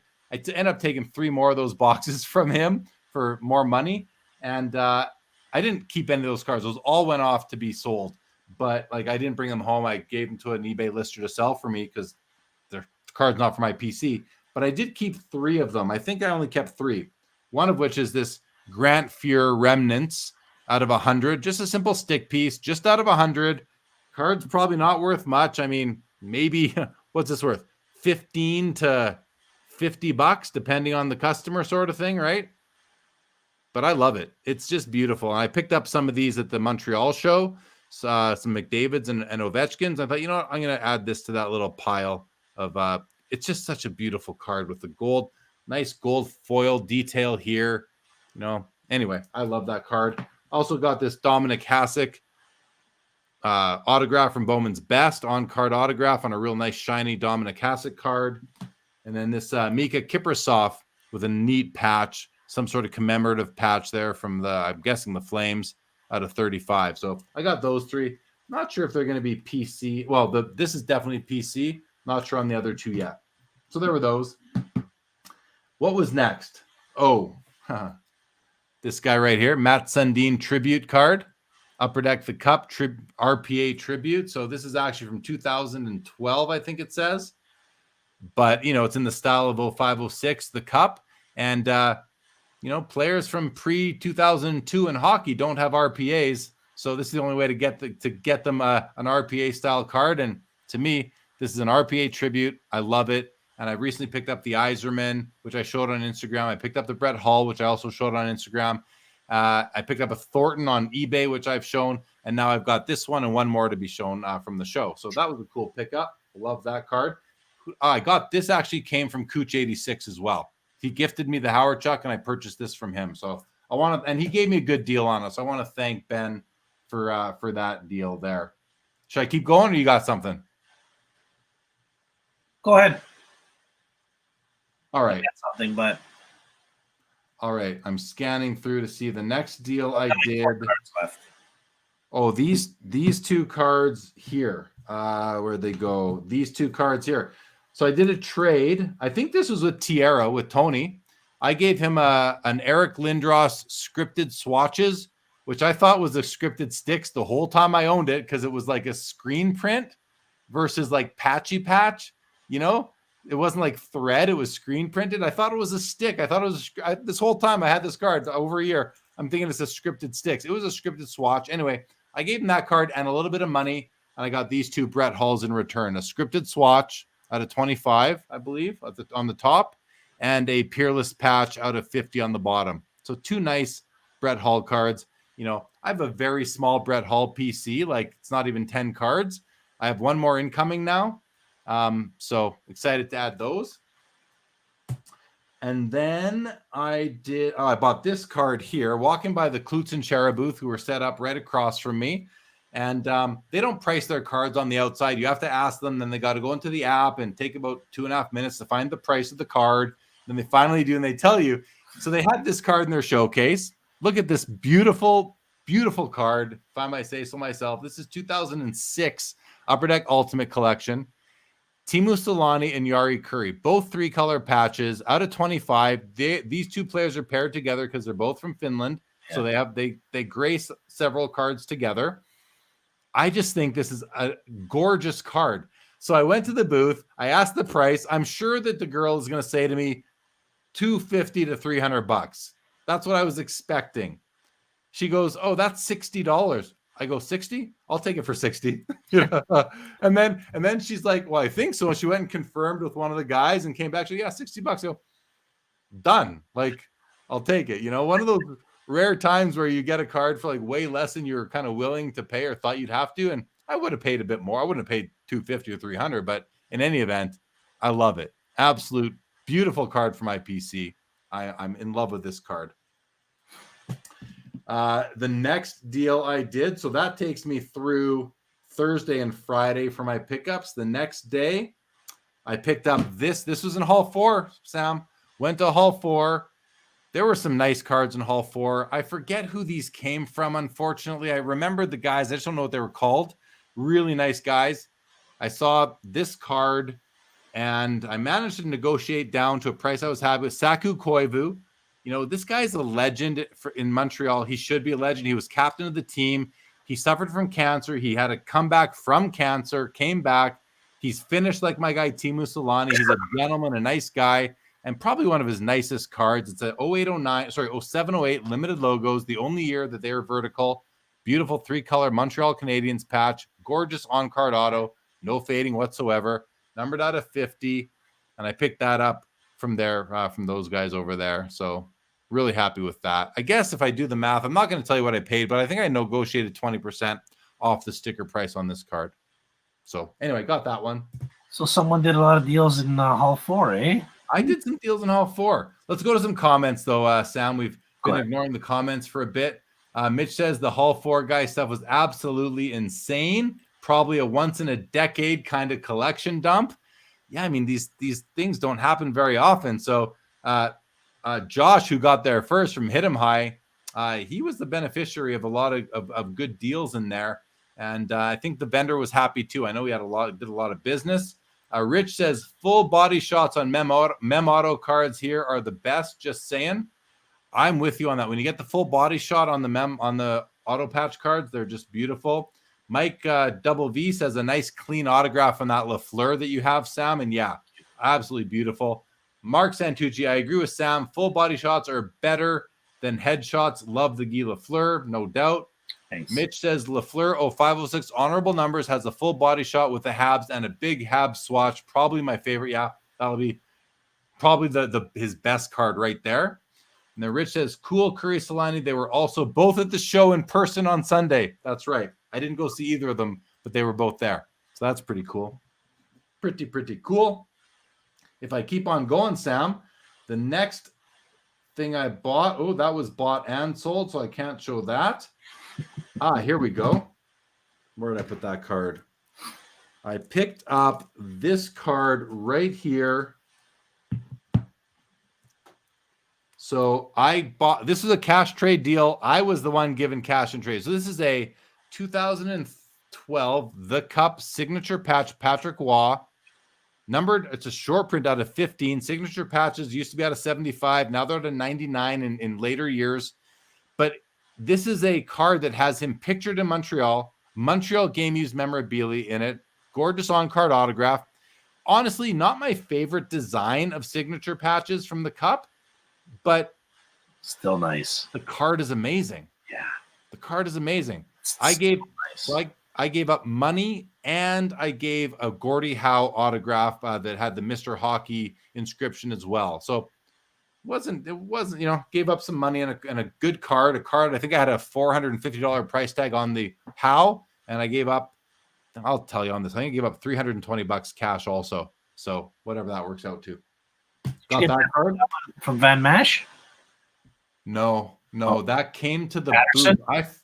It could have been, God, I don't know. It could have been Tony. It could have been Rourke. It could have been maybe Patterson. Maybe Rourke. I don't remember who it was. Yeah. The next thing I got was this was kind of a fun one. Although this is a case where'd the card go? Where is it? Shoot. Well, I'll tell the story. See if I just misplaced the card, but it's a card that I saw it at the Montreal show. The price the guy had on it was $1,500. In my opinion, the card was worth a maximum of $400. I'm like, no joke. I thought the card was worth $400 maximum. There it is. It's in my Montreal pickups pile. I thought it's a $400 card. And the reason why it's a $400 card is because I offered to trade these guys a Wayne Gretzky 4-color patch from the exact same set. They would not take the trade straight up. Here's the card. Pavel Bure, 2012-13 The Cup, base patch parallel out of 10 with a beautiful 4-color swatch. In Montreal and in Toronto, they had $1,500 on this priced on this card. $1,500. I have over 300 cards from this set, from all the different years of the Cup. I've got like 305 of them now, something like that. So I kind of know what to pay. I had a Gretzky in my booth, in my showcase, same year, 3-color LA patch with gray, black, and white, 4-break, beautiful. Nice. I had $400 on the Gretzky, $400 on the Gretzky, and I was offering to trade straight up. They said no. I managed to get them down from $1,500 to $450. I had to pay $450 for this card. And, I don't know if that's, maybe some people think it's cheap. Maybe some people, I think it's expensive. I would have been a lot more comfortable paying like $225. 250, maybe 300 would have been a big stretch. But I wanted the card so bad. These guys had me over the ropes, and I paid way more than I thought was fair for it. But I wanted the card. Now here's the question: is that the comp now? Is this card now worth? Is the next one now also worth 450? The answer is no, because I own mine. I don't need another one, so I'm out of the market. So anyway, we'll let the market decide. But those are numbered to 10 too, right, Jer? Yeah, numbered to 10, numbered 6 of 10. Yeah, I have one too. And it was in another grading. It was in an ACA slab. Yeah. Which was a solid slab. Holy crap, was that hard to get this thing out of there, but I managed to get it out when I got home. I tried to get it out at the booth with a dinky little screwdriver. Ended up like cutting my finger. I was bleeding at the show, all that. So I waited until I got home. I got it out with some better tools, but that was pretty funny. And then that looks like that was it for Saturday. I guess I did most of my buying on Sunday, which kind of makes sense, right? Because I still have a bunch to show. Here's a deal I did with Grant Patterson. I picked up these 3 cards here. This one, and this one. So 3 awesome cards, 2 of which are PC, one of which I'm not sure. The one I'm not sure about is this one right here. 0607 the Cup signature patch out of 75, Ryan Smith from the Edmonton Oilers. Now listen, I don't collect Ryan Smith. I don't really collect Oilers, but that patch is to die for. And I'm in Alberta. I'll do the Edmonton show. I know I'm going to find a good home for this card if I don't decide to keep it for myself. But just look at it. I mean, that's an amazing card. And Ryan Smith was the captain of the Oilers for several years. Not a guy that gets any hobby love except for Oiler fans, but I know I will find it a better home than where it was or than my own. So I picked up that from Grant Patterson along with this. This is the Joe Thornton card I was telling you about. Look at this. It's a Cup Foundations quad patch auto out of 5. I think it's beautiful. I love the card. It's from 2014, I think it says. 2018. I think the price tag that I said, yeah, I think Grant had like, I think he had like $300 or $350 on it. I was like, how is that only worth $300 or $350? Joe Thornton's like he's an all-timer. He's a Hall of Famer. It's a beautiful card, out of 5 on card, game use patches, and I got him down a bit on it too. So, I mean, I just thought it was a great card. Anyway, that was the tag card, but the big card for me in the deal was this one right here, the dual ultimate patch of Wayne Gretzky and Mark Messier with game-worn Oiler, just like your patch you got that you showed, Sam. Bit different, but anyway, a card I've kind of been chasing for a while. I'm not sure what year it's from. What is it, 07? Or no, it's from 04, I think. 2004. This card's almost 20 years old. Numbered to 25. And it's got nice 3-color Gretzky patch and a nice 2-color Messier, which I believe would be a Rangers patch. Very nice. So those 3 came all in one deal. And then was my biggest purchase of the show. And this was I picked up 8 cards. This was with Van Mash. This is where I managed to pick up a Grail, what I believe to be a true Grail card in the hobby. And I'm going to just put them in the order that I like them from sort of my least liked card to my most liked card in the deal. So this one's going to go, what am I missing here? It was 1, 2, 3, 4, 5, 6, 7 cards total. Here they are.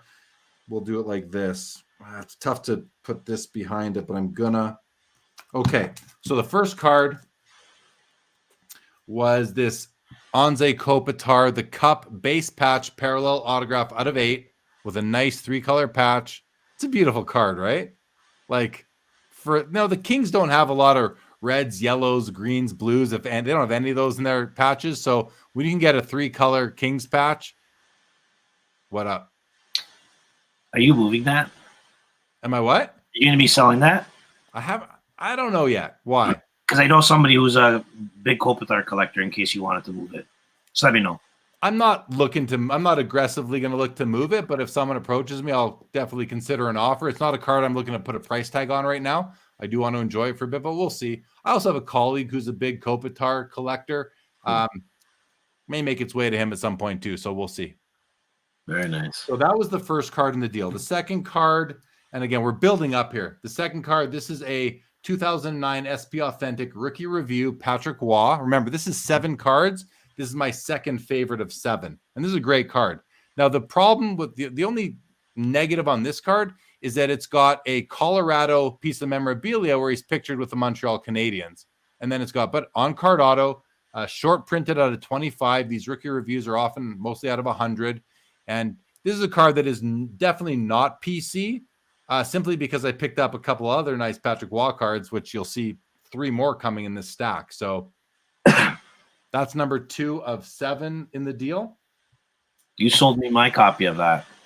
I did. Yeah. When? One of the virtuals. Okay.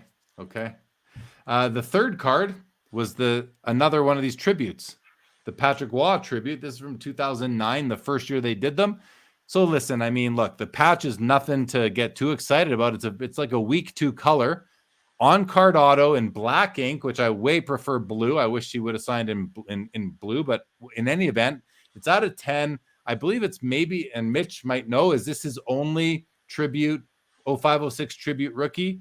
It's definitely his first one, and now I'm kind of collecting those. Not the whole checklist, just the players I want, but this definitely fits in. So I grabbed that off of Van Mash as well as what would be the, I guess, third card in the deal. Next up, another Patrick Waugh. We saw this Koivu earlier.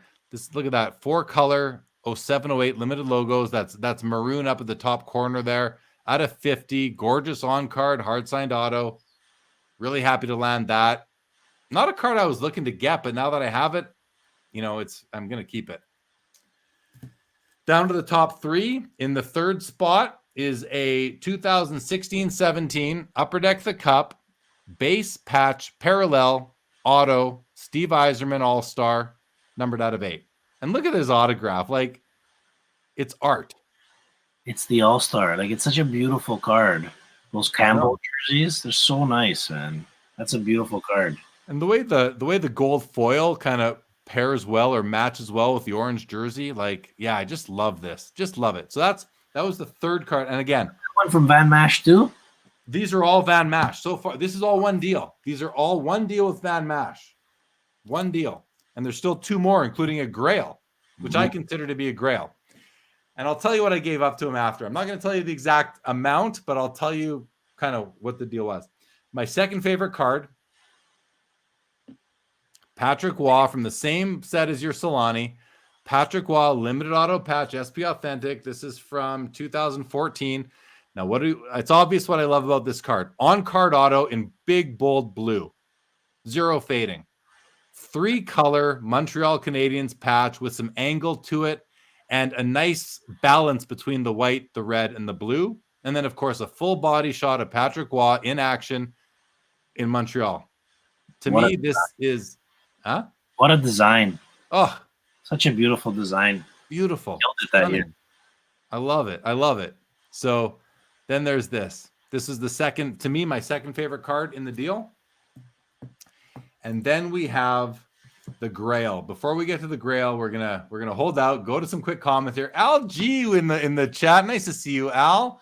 Says, always special to find Montreal patches for Patrick Waugh. My favorite patch auto for him is from 2013-14 Panini Dominion. Is that the same? I have that Peerless patch as well. Probably the same card. Out of 50. I got it from you. That's why I'm asking Sam. Yeah. I think it's 13. I think it is that year. Yeah. I think it is that year. Very nice, Al. Rich says there are some crazy Bure bidding wars that are probably skewing all the asking prices on Bure cards these days, and maybe I'm partly to blame. Yeah, I know Bure does have a cult following, but does it make them more valuable than Wayne Gretzky? That's where I was like, I offered a Gretzky card, the same card, but Gretzky. So I thought that was really fair. And listen, I'm not mad at them or think it's that they don't want the deal. They don't want the deal. They don't want the deal. That's fine. At least they were willing to move on their price from $1,500 to $450 for me. So I was grateful I could buy the card anyway. And they were great people. Like, I had nothing bad to say about that table.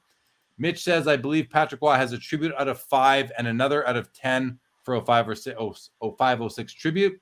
Thanks, Mitch, for the information. And Mark says, Patrick Waugh in the correct uniform. Has your wife seen those Waugh cards? Because she's from Montreal.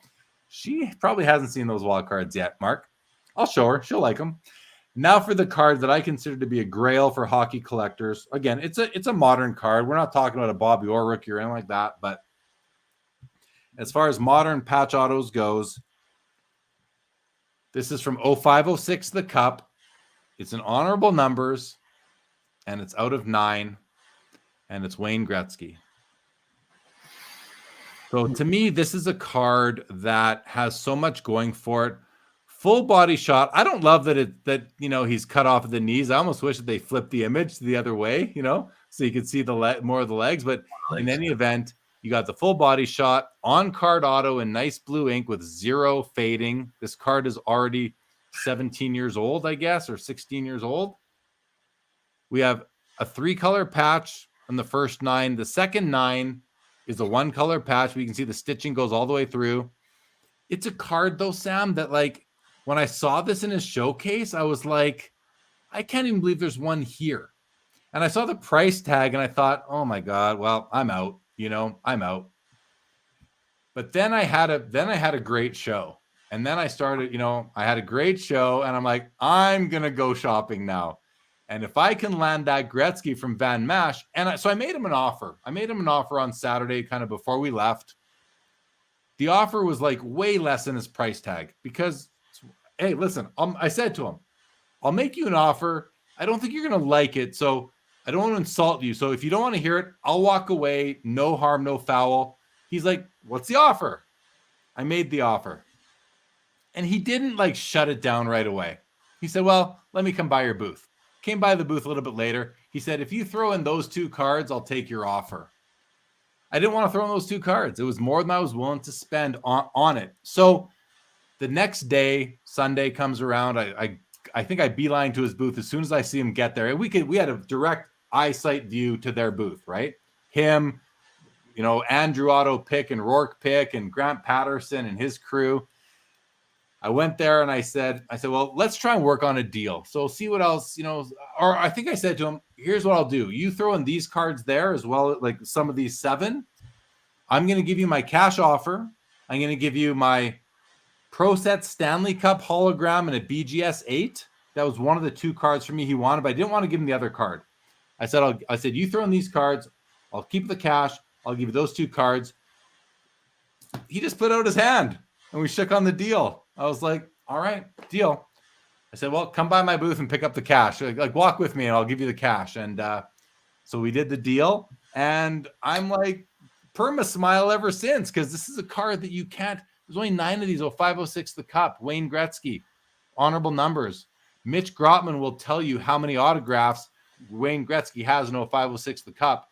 It's in the 30s or the 60s. So it's a pretty small number. Anyway, to me, this is a grail. It's going to go nicely with some of my other Gretzky cards that are very tough to find. And I'm just grateful to Van Mash and to the successful show I had that I was able to take some of that money and buy a grail. Congrats. We talked about that card extensively. And at the end of the day, you're happy you have it now, right? Oh, yeah. Yeah, for sure. It's you're really happy. When you look at that card, you're like, okay, I'm glad I made that deal. It was a big deal, but it was a big deal. It was a big deal. And the other thing I want to mention, and I mean this sincerely, is that up to that point, I had such a good show from a sales perspective. That's I wanted to spread it. I wanted to spend money in the room and have more cards moving. So now listen, obviously I'm going to pick out the cards I want. I'm not being ultra charitable or anything, but I'm looking to pick up cards I want. And when you sell cards, you can now buy more cards if your life allows it. And so I was just happy to be able to go buy it and not feel I come here, you sell all your cards for X amount and then you go spend it all on one card. It's you want to come back with some money sometimes, right? Pay your expenses, that kind of thing. And I was just fortunate to be in a position where I could go buy that card and not, feel it financially, I guess you could say. So it worked out well. Really happy with it. Albert Jones says, love your Gretzky rookie, your Crosby rookie honorable numbers. I think he means Gretzky.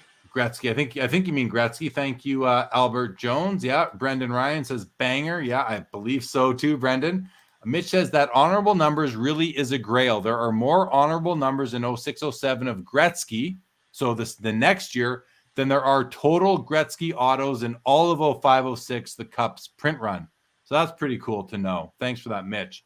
Albert says, I had a Lemieux honorable numbers out of 6 and traded it. Yeah, I've owned one of those too. Albert, I wish I didn't trade mine or move mine. Mitch says 58 is the number. So 58 Gretzky autos in 05-06, the Cup, 25 signature patches, 9 honorable numbers, 1 101 base patch auto, a shield, 4 Titleists, and the rest are various hardware heroes. I love Mitch's wealth of knowledge. And Brendan says the joy a card like that brings is priceless. That's it. That's just it right there, though, Brendan. It's getting a card that you didn't think you'd ever be able to own. That's what that card is. I didn't think I'd ever, not because I couldn't ever, well, one, too much money. So I didn't think I'd ever want to spend the money, but 2, you can't find them. These cards are locked up in permanent collections. So that was my favorite deal of the show, obviously. Also the most money I'd ever put out on a card probably ever at the Expo. But again, the money came from proceeds on other sales. So it just made sense to me to do it and bring home a card like that. So, but you can pretty much end the show because you can't get better than that. So good night, everyone. No, I don't have many more. I actually don't have many more cards to show that I picked up. A few more though. I picked this up off of Andrew Pick. At the end, he came by, kind of showed it to us. I love these exquisite tributes from the basketball set. Let's look at it. Like, it's a beautiful Luongo, beautiful Panthers patch. Great. His autograph isn't much to speak of, but it sits well on the card. He laid it down quite nicely. Numbered out of 10, I think. No, numbered out of 25. It's a nice design. It's a beautiful card. Well, thanks to Andrew Pick for that one. And then I picked up what else here? Let's see. I don't know where I got. Oh, these 2 must have come from Grant Patterson. I thought there was a third card in the deal, but I'm only seeing 2 here. I'll show them together. This Yari Curry on top is 07-08 emblems of endorsement. He had a price tag on that Yari Curry of $200. And I'm looking at him like, it's probably his nicest card, like nicest card I've ever seen of Curry. He had more points with Wayne Gretzky than anyone else ever did. He's a Hall of Famer. He's an all-star on his own. Never mind that he played with Gretzky. 2 3-color Oiler patches. Gorgeous auto. Bold. No fading at all. Numbered out of 15. I couldn't believe that the price was only $200, but he doesn't get a lot of love for whatever reason. And I'm like, how is that not a $600 card? Like, to me, this is a 600. I'll tell you what, if I ever, and now everybody knows, I paid like probably just under $200 for this card. If I ever put it on my table at a show, it's gonna be at least $600 because that's what I feel it's worth. That's what I think it's worth. That's what it's worth to me. You want to buy this from me, it's gonna be at least $600 because I don't want to sell it. Otherwise, I'll keep it, right? Like that's just how some cards work. We talk about, anyway, I love it. I just love it. And then this, another nice Brett Hull, obviously looks a lot like the Luongo that I just showed, right? It's that same from that same set, but it's the Brett Hull. So I saw that Hull too. It was really nice. So I got these in a combo deal with Grant. I thought there was a third card with that deal, but maybe not.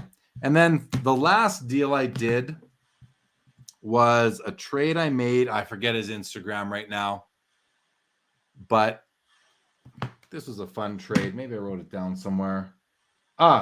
Yes, Toronto Mega Collector. That's who I did this deal with on Instagram.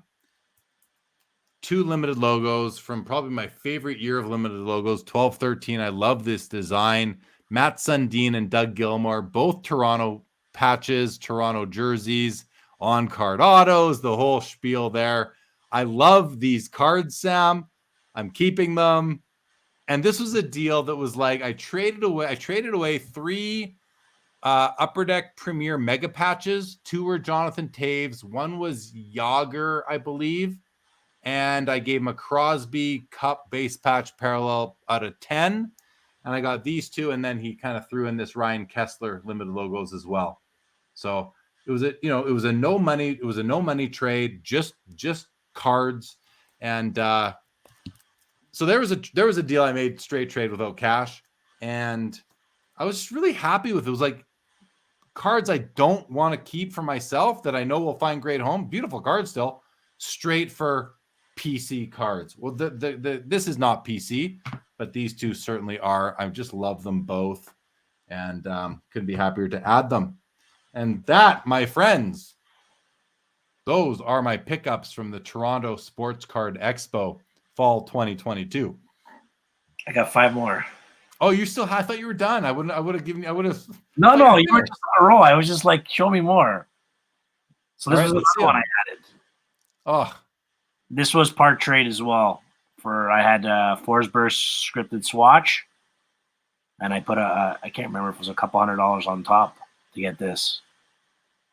This was a piece I was after for a while as well. See, I love that card. You got 2 players that are like worthy of having, it's not like a bad pairing where you got Forsberg and Forsberg and Thibault or something. You got Forsberg and Patrick Waugh on it. 2 3-color, looks like a 3 and a 2-color patch on card autos out of 15. What a great card. What a great card. Beautiful. Thank you. And then probably one of Jeremy's favorite pickups of the weekend. Oh, I hate you for that. I want that card so bad. Again, these are from Van Mash. He had such great stuff. He had such great stuff. He's an Avs collector, so I was happy to add that one. And this card, I've never seen it before, so I was happy to grab. The patch isn't anything crazy, but it's numbered to 5. So when you see one of these, you just gotta snag it. Another Peter Forsberg Foundations patch auto with looks like a Philadelphia jersey, pictured in Colorado. But you know what? With Forsberg, there's so little stuff of his out there. That card is wonderful, a wonderful addition. Number to 5, like I've never even seen the card before. So when I saw it, I was like, whoa. Excited. So this is another, it's an Avalanche theme. This is another big card I've been after. I got this one from Grant, thanks to Mitch, because this is a set that I'm like 4 cards away. I know it's not the greatest patch, but it's SSP to 10. And I was just happy to find one, and thanks to Mitch at Grotman Cards. He's the one who told me that Grant had it, even though I looked in his showcase like 30 times before and didn't notice it. Again, it's like one of those cards you're not paying attention to, but it was a card I needed for the set. I need 3 more now, and it just slipped my mind. And then, like I saw it, I was like, okay, yeah, I have to buy it. Now, is that 09-10 limited logos? So this is, yes, 09-10. And what are the 3 that you still need? Maybe someone watching has one available. You never know. It's nobody big. It's all like small names. Well, while you look for that, I'm going to do some comments here. While you look for that, Mitch here says that Luongo's autograph got really short after 2001. Before that, it was nice and big with more squiggles. Alex says, when you acquire a card that you thought you'd never own, what you give up doesn't hurt as much. Just did that on a rare Sid rookie card this week. Yeah, sure. I so agree with that, Alex. Albert Jones says, no 90s inserts. Wow. Yeah, Albert. I mean, 90s. I was buying all my 90s inserts before they blew up. Now they've blown up. And the ones that I would have bought, Josh beat me to at Frankie Five's booth. He picked up the Wizards. That's the Wizards Gretzky. I mean, I would have bought that in a heartbeat. But yeah, I didn't buy any inserts at all. Never mind 90s, no Fleer retro, nothing. I mean, I've got lots of it, and I bought it before it all boomed. So I guess I'm good, but no 90s inserts for me. Oh, maybe that Hasek autograph is the only one, but I don't really count that. What else you got? Oh, you got your list? I need Dmitry Kulikov, Marian Gaborik, and Sergei Shirokov. I mean, he's yeah. That's the one thing. I was talking to Mitch about this at the Expo. When you collect these big sets, you're obligated to add these players that are like, no names. Shirokov, I mean, I don't remember if he ever played. I'm sure he did, but like he's a nobody as far as hockey goes anymore. But you're obligated to add it just to collect, just to have the set. You know what I mean? So anyway, that's a whole other discussion for you ready for the Grailer? Huh? You ready for the Grailer, as you call it?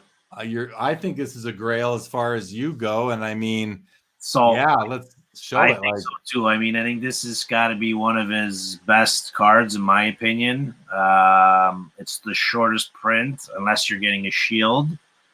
But this is a card that I was after for like probably 2 years and could never, and just thought the price was way too much. What I wanted to spend, and did the same guy? Sorry, did the same guy have it for all those 2 years, like available for sale? he posted it, he showed it, and it was just like, yeah, the price is just way too high. Nonetheless, when you see the card, it speaks for itself. But it was just the highest card I'd ever willing to spend on a Bure. But it is Oh definitely God, look at that!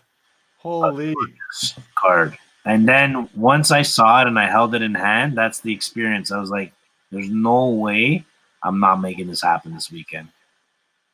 No way." Congrats, man! I listen. That card in your Forsberg honorable numbers, I would love. Like, I'm so jealous of those two cards. Like, those are just such amazing, gorgeous cards. Congratulations! Like that.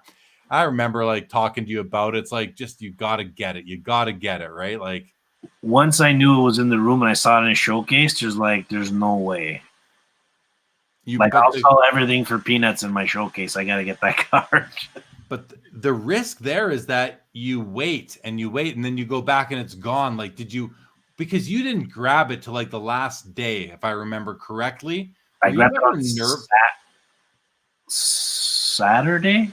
Saturday you But got like it? towards the end of the day. Yeah. So 3 days into the show, were you ever nervous that like that card would be gone when you finally like decided or put together whatever it was you were giving up for it? For sure, but I had talked to other Bure collectors that were there at the show, and like I'm in a Bure chat with Richard and a few other big Bure collectors, and there's always been chat going around that the card was priced really high, and so I mean, I had a lot of discussions with the seller over the years, and I buy a lot of cards off him.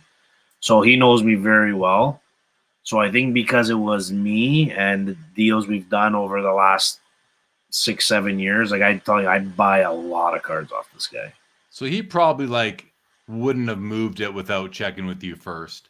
Well, yeah, that's the conversations we've had. He's like, listen, if anybody comes to the show and they're ready to pay up, do you want me to let you know? I'm like, yeah, absolutely. And then I'm like, no, it's just we're gonna get it done. So important question. Now that I own this, does this get me into this Bure chat, this Bure private chat group? Like, do I qualify for admission now that I have a nice Bure card too? You qualify for any and all groups, buddy. Yeah, right. You're a celebrity. You're always welcome to the Bure chat group. Just messing around. But I appreciate the sentiment though. Okay, go to some comments here quick. I don't know if I did these already, so I'll just do them again if I didn't. Sasha says, hi, Jeremy and Sam. Glad to join in. What are your current most wanted cards? Those two. I want Sam's Bure and Forsberg. How about you, Sam? What's your most wanted card? Wanted. You got it. You got your most wanted. Albert Jones says, you went the cup heavy. I guess I did. It wasn't intentional. It's just the way it worked out. Slow clap on the Gretzky. Thanks, Rich. I appreciate it. And Rich picked up he ended up moving that Gordie Howe that I had in my showcase for him. He picked up a Bobby Orr rookie. So congratulations to you on that beautiful Bobby Orr rookie. Brendan Ryan says some fire tonight. You know it. Sasha says that's why I collect top 75. No scrubs. Yeah, I'm with you on that. Here we go. Shirokov played one great preseason, then was gone from the Canucks after 6 games. Never to return to the NHL, I don't think. Have mercy. Bure has a cult following. Nice one, by the way. David G says, wow, congrats on that Bure. Rich says, beat me to that Bure. Alex says, are there any cards that you really wanted at the Expo but just couldn't strike a deal on? I mean, only if Sam got to it before I did. I don't think. And vice versa. For me, the answer is no. Not that I can think of. How about you, Sam? Was there anything that you left there that you wish you took home? Honestly, Jared, because we like the same things and feels like we deal with the same guys. The only card I really wanted to get that you got, and I'm happy you got it, was the Watt Tribute. That was a card that I was going after, but I'm happy that you got it and it didn't go to someone else because that's a card that I've been after, and I really when I saw it and held it in hand, it was really nice. This one, nice. Yeah. Well, I mean, I trade it for your beret, maybe even your Forsberg. Just kidding. Like that's the thing. It's when you get the experience of going to a card show and hold it in hand, it's so different than seeing it online. It's a great experience, and I mean, hanging out with you, I'm so honored and lucky to be able to hang out with someone who's been at the booth and just to see you in your element when you're in there. Love it. Sitting on that chair and you're working those deals, it's like you're a little kid, man. When you do a deal and you buy a card and you come to show me, it's like I feel like I'm 14 years old again. I know, like so much fun. You know, it's so much fun, so much fun. Well, it was awesome having you there too, because listen, you could watch the booth and talk to people that come up, like, you know, logically and with knowledge. And when I walk away and let me know someone's there, and like it's just nice to have somebody to watch the booth, because otherwise I'm there alone and I can't get away. And then I can get away, go shopping, come back and show you what I buy. You do the same thing. And when Ralphie was there for the first 2 days, he was doing the same thing. I mean, it was such a fun show overall. I also pulled out my Montreal pickups because I don't know if I ever showed them. And then I also remember I talked about that big Supremes deal. I bought the 962 cards and I pulled out 22 to keep. I have those 22 here as well. I don't know if I'm going to get into them though, because it might take too long. Maybe save them for a next week's episode if I do an after hours next week. But I'm just going to scan my list here and see if we touched on sort of all the points that I wanted to. And I do want to two more things I want to show you guys. First of all, I received 2 other gifts at the show. This one from a guy on Instagram called 604 Cards Official. His name's Dylan, and he brought me this book right here, Empire of Ice. Apparently a very rare book as well, because I've been posting some of the early hockey cards on my Instagram lately. I'm doing trying to sprinkle in some vintage stuff, and he noticed me doing that. And this book is all about those players. And he gifted me this book, and it's no like. It's a serious book.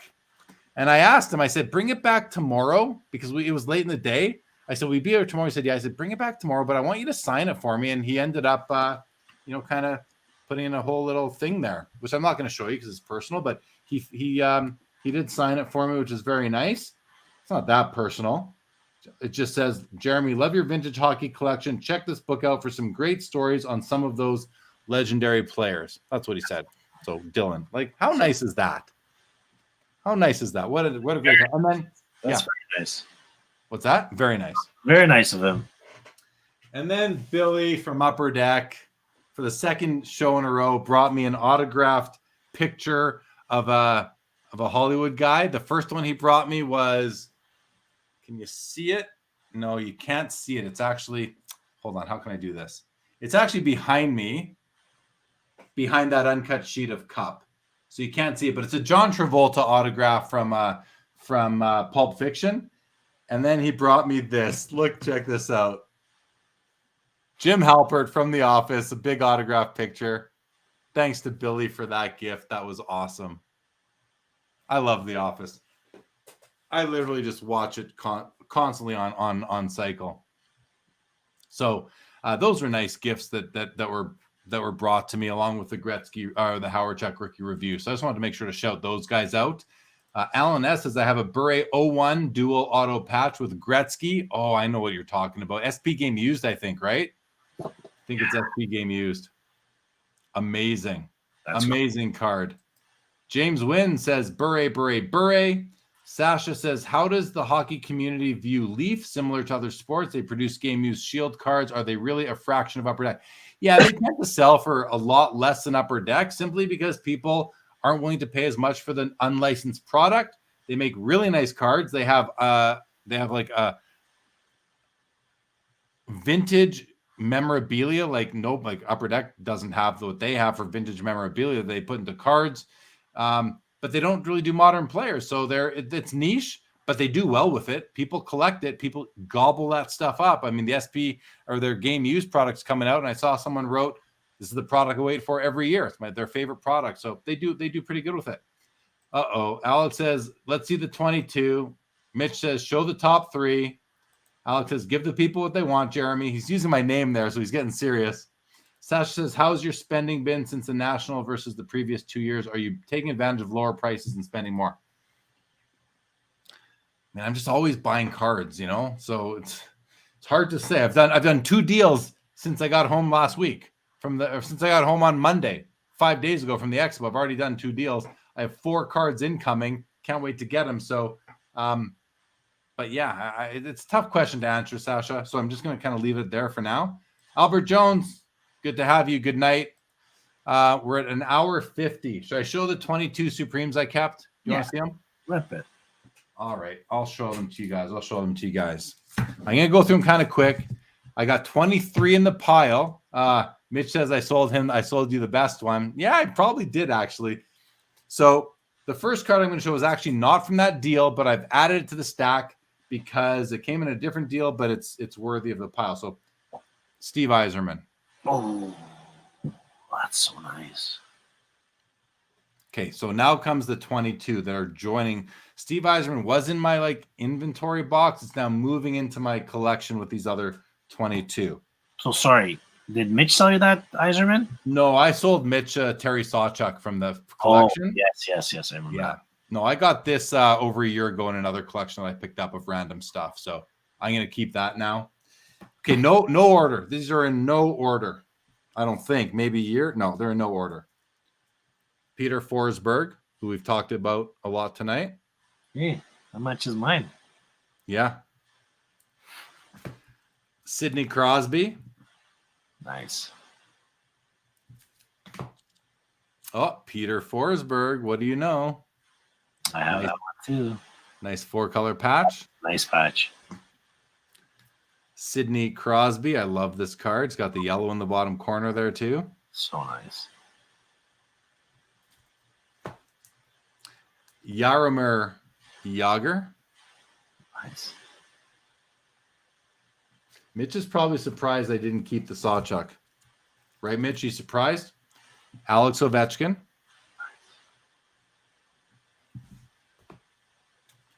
Teemu Selanne. Oh, nice. Here's one that I think would have moved at the show. Gordie Howe. Very nice.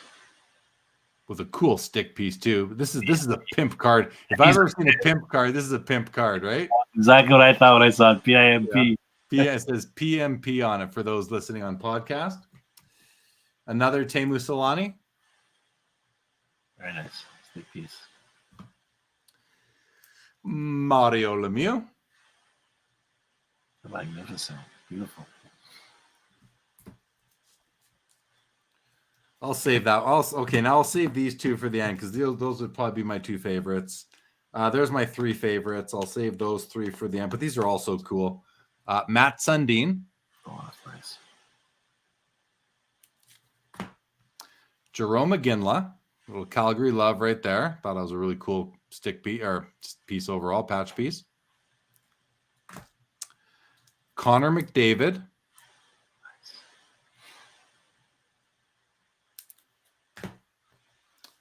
Austin Matthews.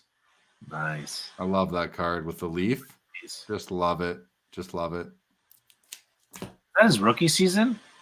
No, 17-18. No, that's 1920, that card. Dale Howardchuk.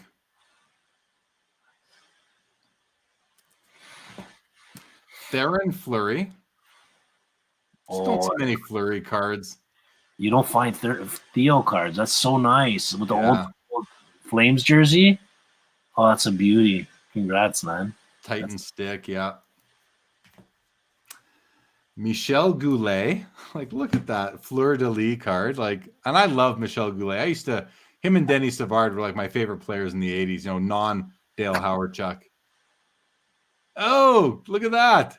What? Dude, they're almost the same. They're almost the exact same. Well, yeah, they're almost the exact same. How cool is that? So where are these shoulder patches? Oh, look, you can see on they are shoulder. We can see the shoulder right in the picture. Yeah. That's pretty That's hilarious that you have the same card. That's so funny. All right, 5 more. Rich, if you're watching for the Vancouver Canucks, Kirk McLean. I just had to keep this card. Just love it. Love that old Canucks jersey. so nice. So nice. Down to the final 4. I think these are in order of how I like them. In the number 4 spot, we have Grant Fuhr with a nice Oiler game-worn patch piece. Nice. You know I have a collection of Grant Fuhr, eh? Maybe we should. Yeah, you know there's a Forsberg card I'd love to have. That's a beautiful. That patch is gorgeous. Gorgeous. I know. I love it. Love it. Top 3.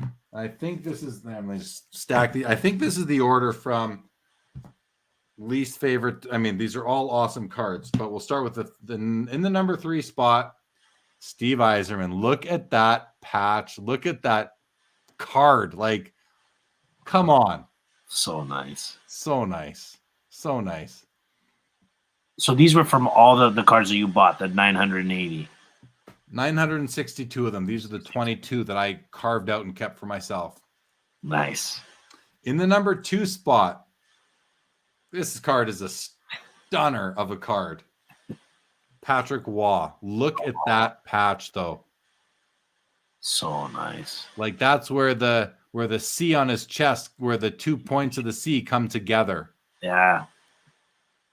Like, and you just don't find a ton of awesome Patrick Waugh Montreal Canadiens memorabilia cards. And to have such a unique patch in that shape window. Oh. Okay, I see the patch. Yeah, where the C's touch right at the end. Yeah. Yeah. That's what that is. That's like, it's just such a perfect card. And then the number 1 card that was, I would say, was in his whole collection. I mean, I think Mitch might argue, and not argue, but Mitch might say that the Sawchuck's the best one, and it might be actually. And I'm glad Mitch got it. But the number 1 card is the Wayne Gretzky All-Star piece. Oh, nice. Out of 12. Top of the star. Yeah. So that's those are the 22 plus the Yzerman I showed at first. 23 Supreme patches in my collection now. Okay, with all that, we're gonna go to comments and we're gonna wrap up because we're almost at 2 hours. I can't believe we've been on for 2 hours already, Sam. Like that's crazy. You know what the funny thing is? I could probably go for another 2 easily. Easily, right? Easily. 2 o'clock in the morning for me, but I know it's late. It's late. So yeah, Mitch said I sold him the best one. I don't text as I tried TGA grading. It's decent for lower end stuff. I like the slabs. I think you might mean tag instead of Taga. You tried it. I'd argue it's good for higher end stuff too. Myself, I'm gonna have a ton of high end stuff in there in the slabs. Yeah, the slabs are awesome. Brendan Ryan says I want to do a Scrooge McDuck dive and swim in Jeremy's hockey cards. Alex says all are highly sexual. What does that mean? I must have missed something. Oh, because of the pimp card on the Gordie Howe, maybe. Or all the patches are really dirty. Yeah, fair. Yeah. You were surprised the Howe is awesome too. Thanks, Mitch. Do you get jealous? Sure.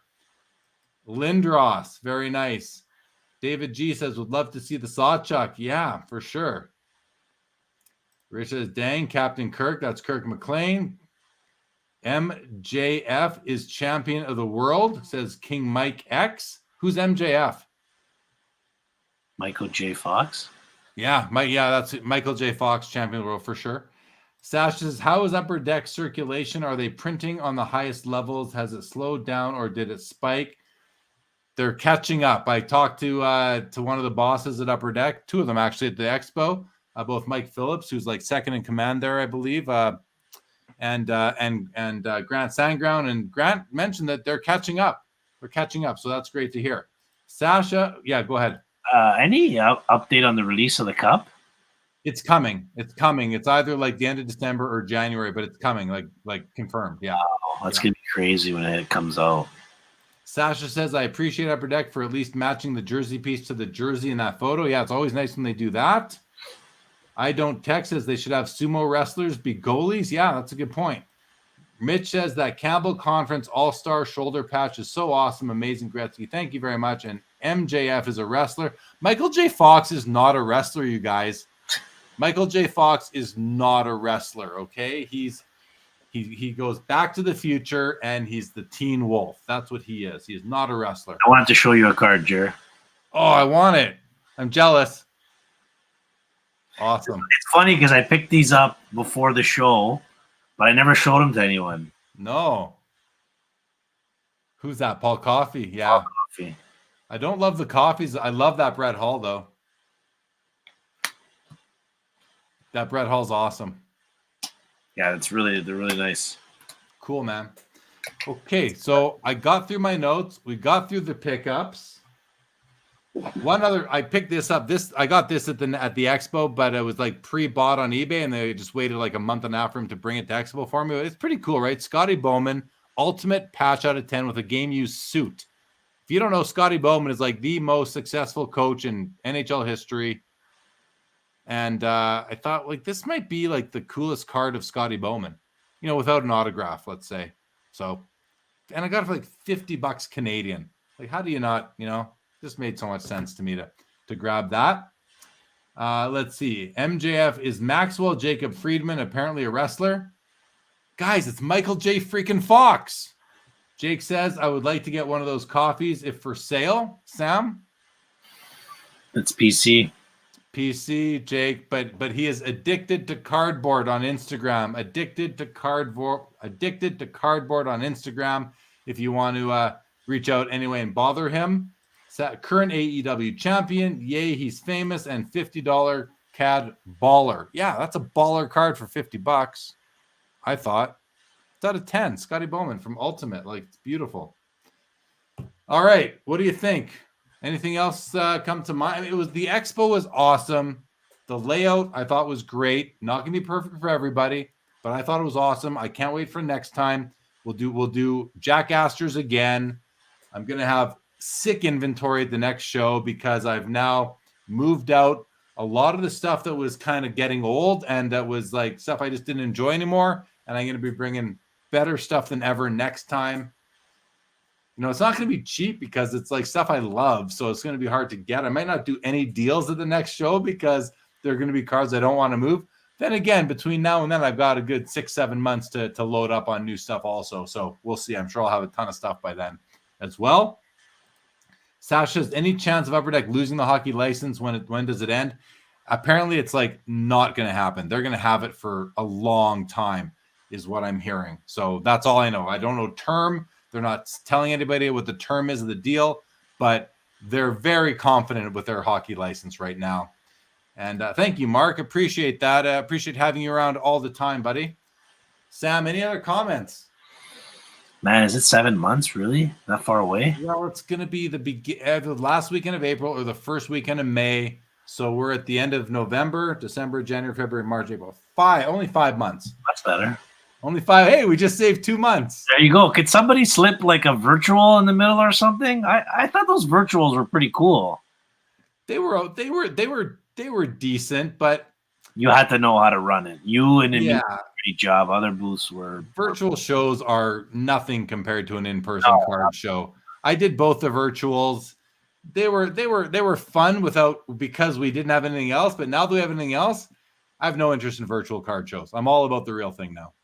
Yeah, no, absolutely. I meant one in between, just slide one in like in January, February, because they're just a lot of fun. But I know it's a lot of work. Not everybody knows how to navigate it properly. So, I mean, I hear you. All right. Mitch says maybe 5 months is enough time for Sam and I to agree to a trade. We're working on something. I tell you, Mitch is a very picky individual, but I love it. He's shrewd, right? I mean, it's he's picky too. That's the other thing. He knows what he likes, and I respect that. So no, it's all good. I'll find him something. Don't worry, buddy. We'll make that deal happen. All right, guys. So we're gonna wrap this up. Thank you if you're still with us. We've lost a few people along the way, but it is late. So appreciate everyone who stuck it out, or even if you didn't. Glad you came in, Sam. What a nice way to kind of come full circle after the show ended and we said goodbye back on Sunday. But thanks for joining me tonight on here. It's always nice to have a buddy on the screen when you're doing a show like this. So yeah, man, appreciate having you, and thanks for being at the booth with me and keeping me company and just being a good buddy throughout. Really appreciate it. Buddy, no question. Like, you don't even have to say that. For me, it was an honor. It was a lot of fun. I mean, I can't wait till the next one. Let's put it that way. If you ever needed a guest on the show and you want to shoot the shit, but anytime, man. Appreciate it, man. All right. Thanks. Chat. No problem. Thanks to you. Thanks to everybody out there. Thanks to the podcast listeners. This will be on podcast in a couple days. That's it for tonight, everybody. We're coming up on 4 hours of content on the channel tonight, so I am done. Thank you, Mitch. Says thanks for the show, guys. Pleasure hanging out. Yeah, same here, Mitch, and always welcome at my booth at the Expo. That's it.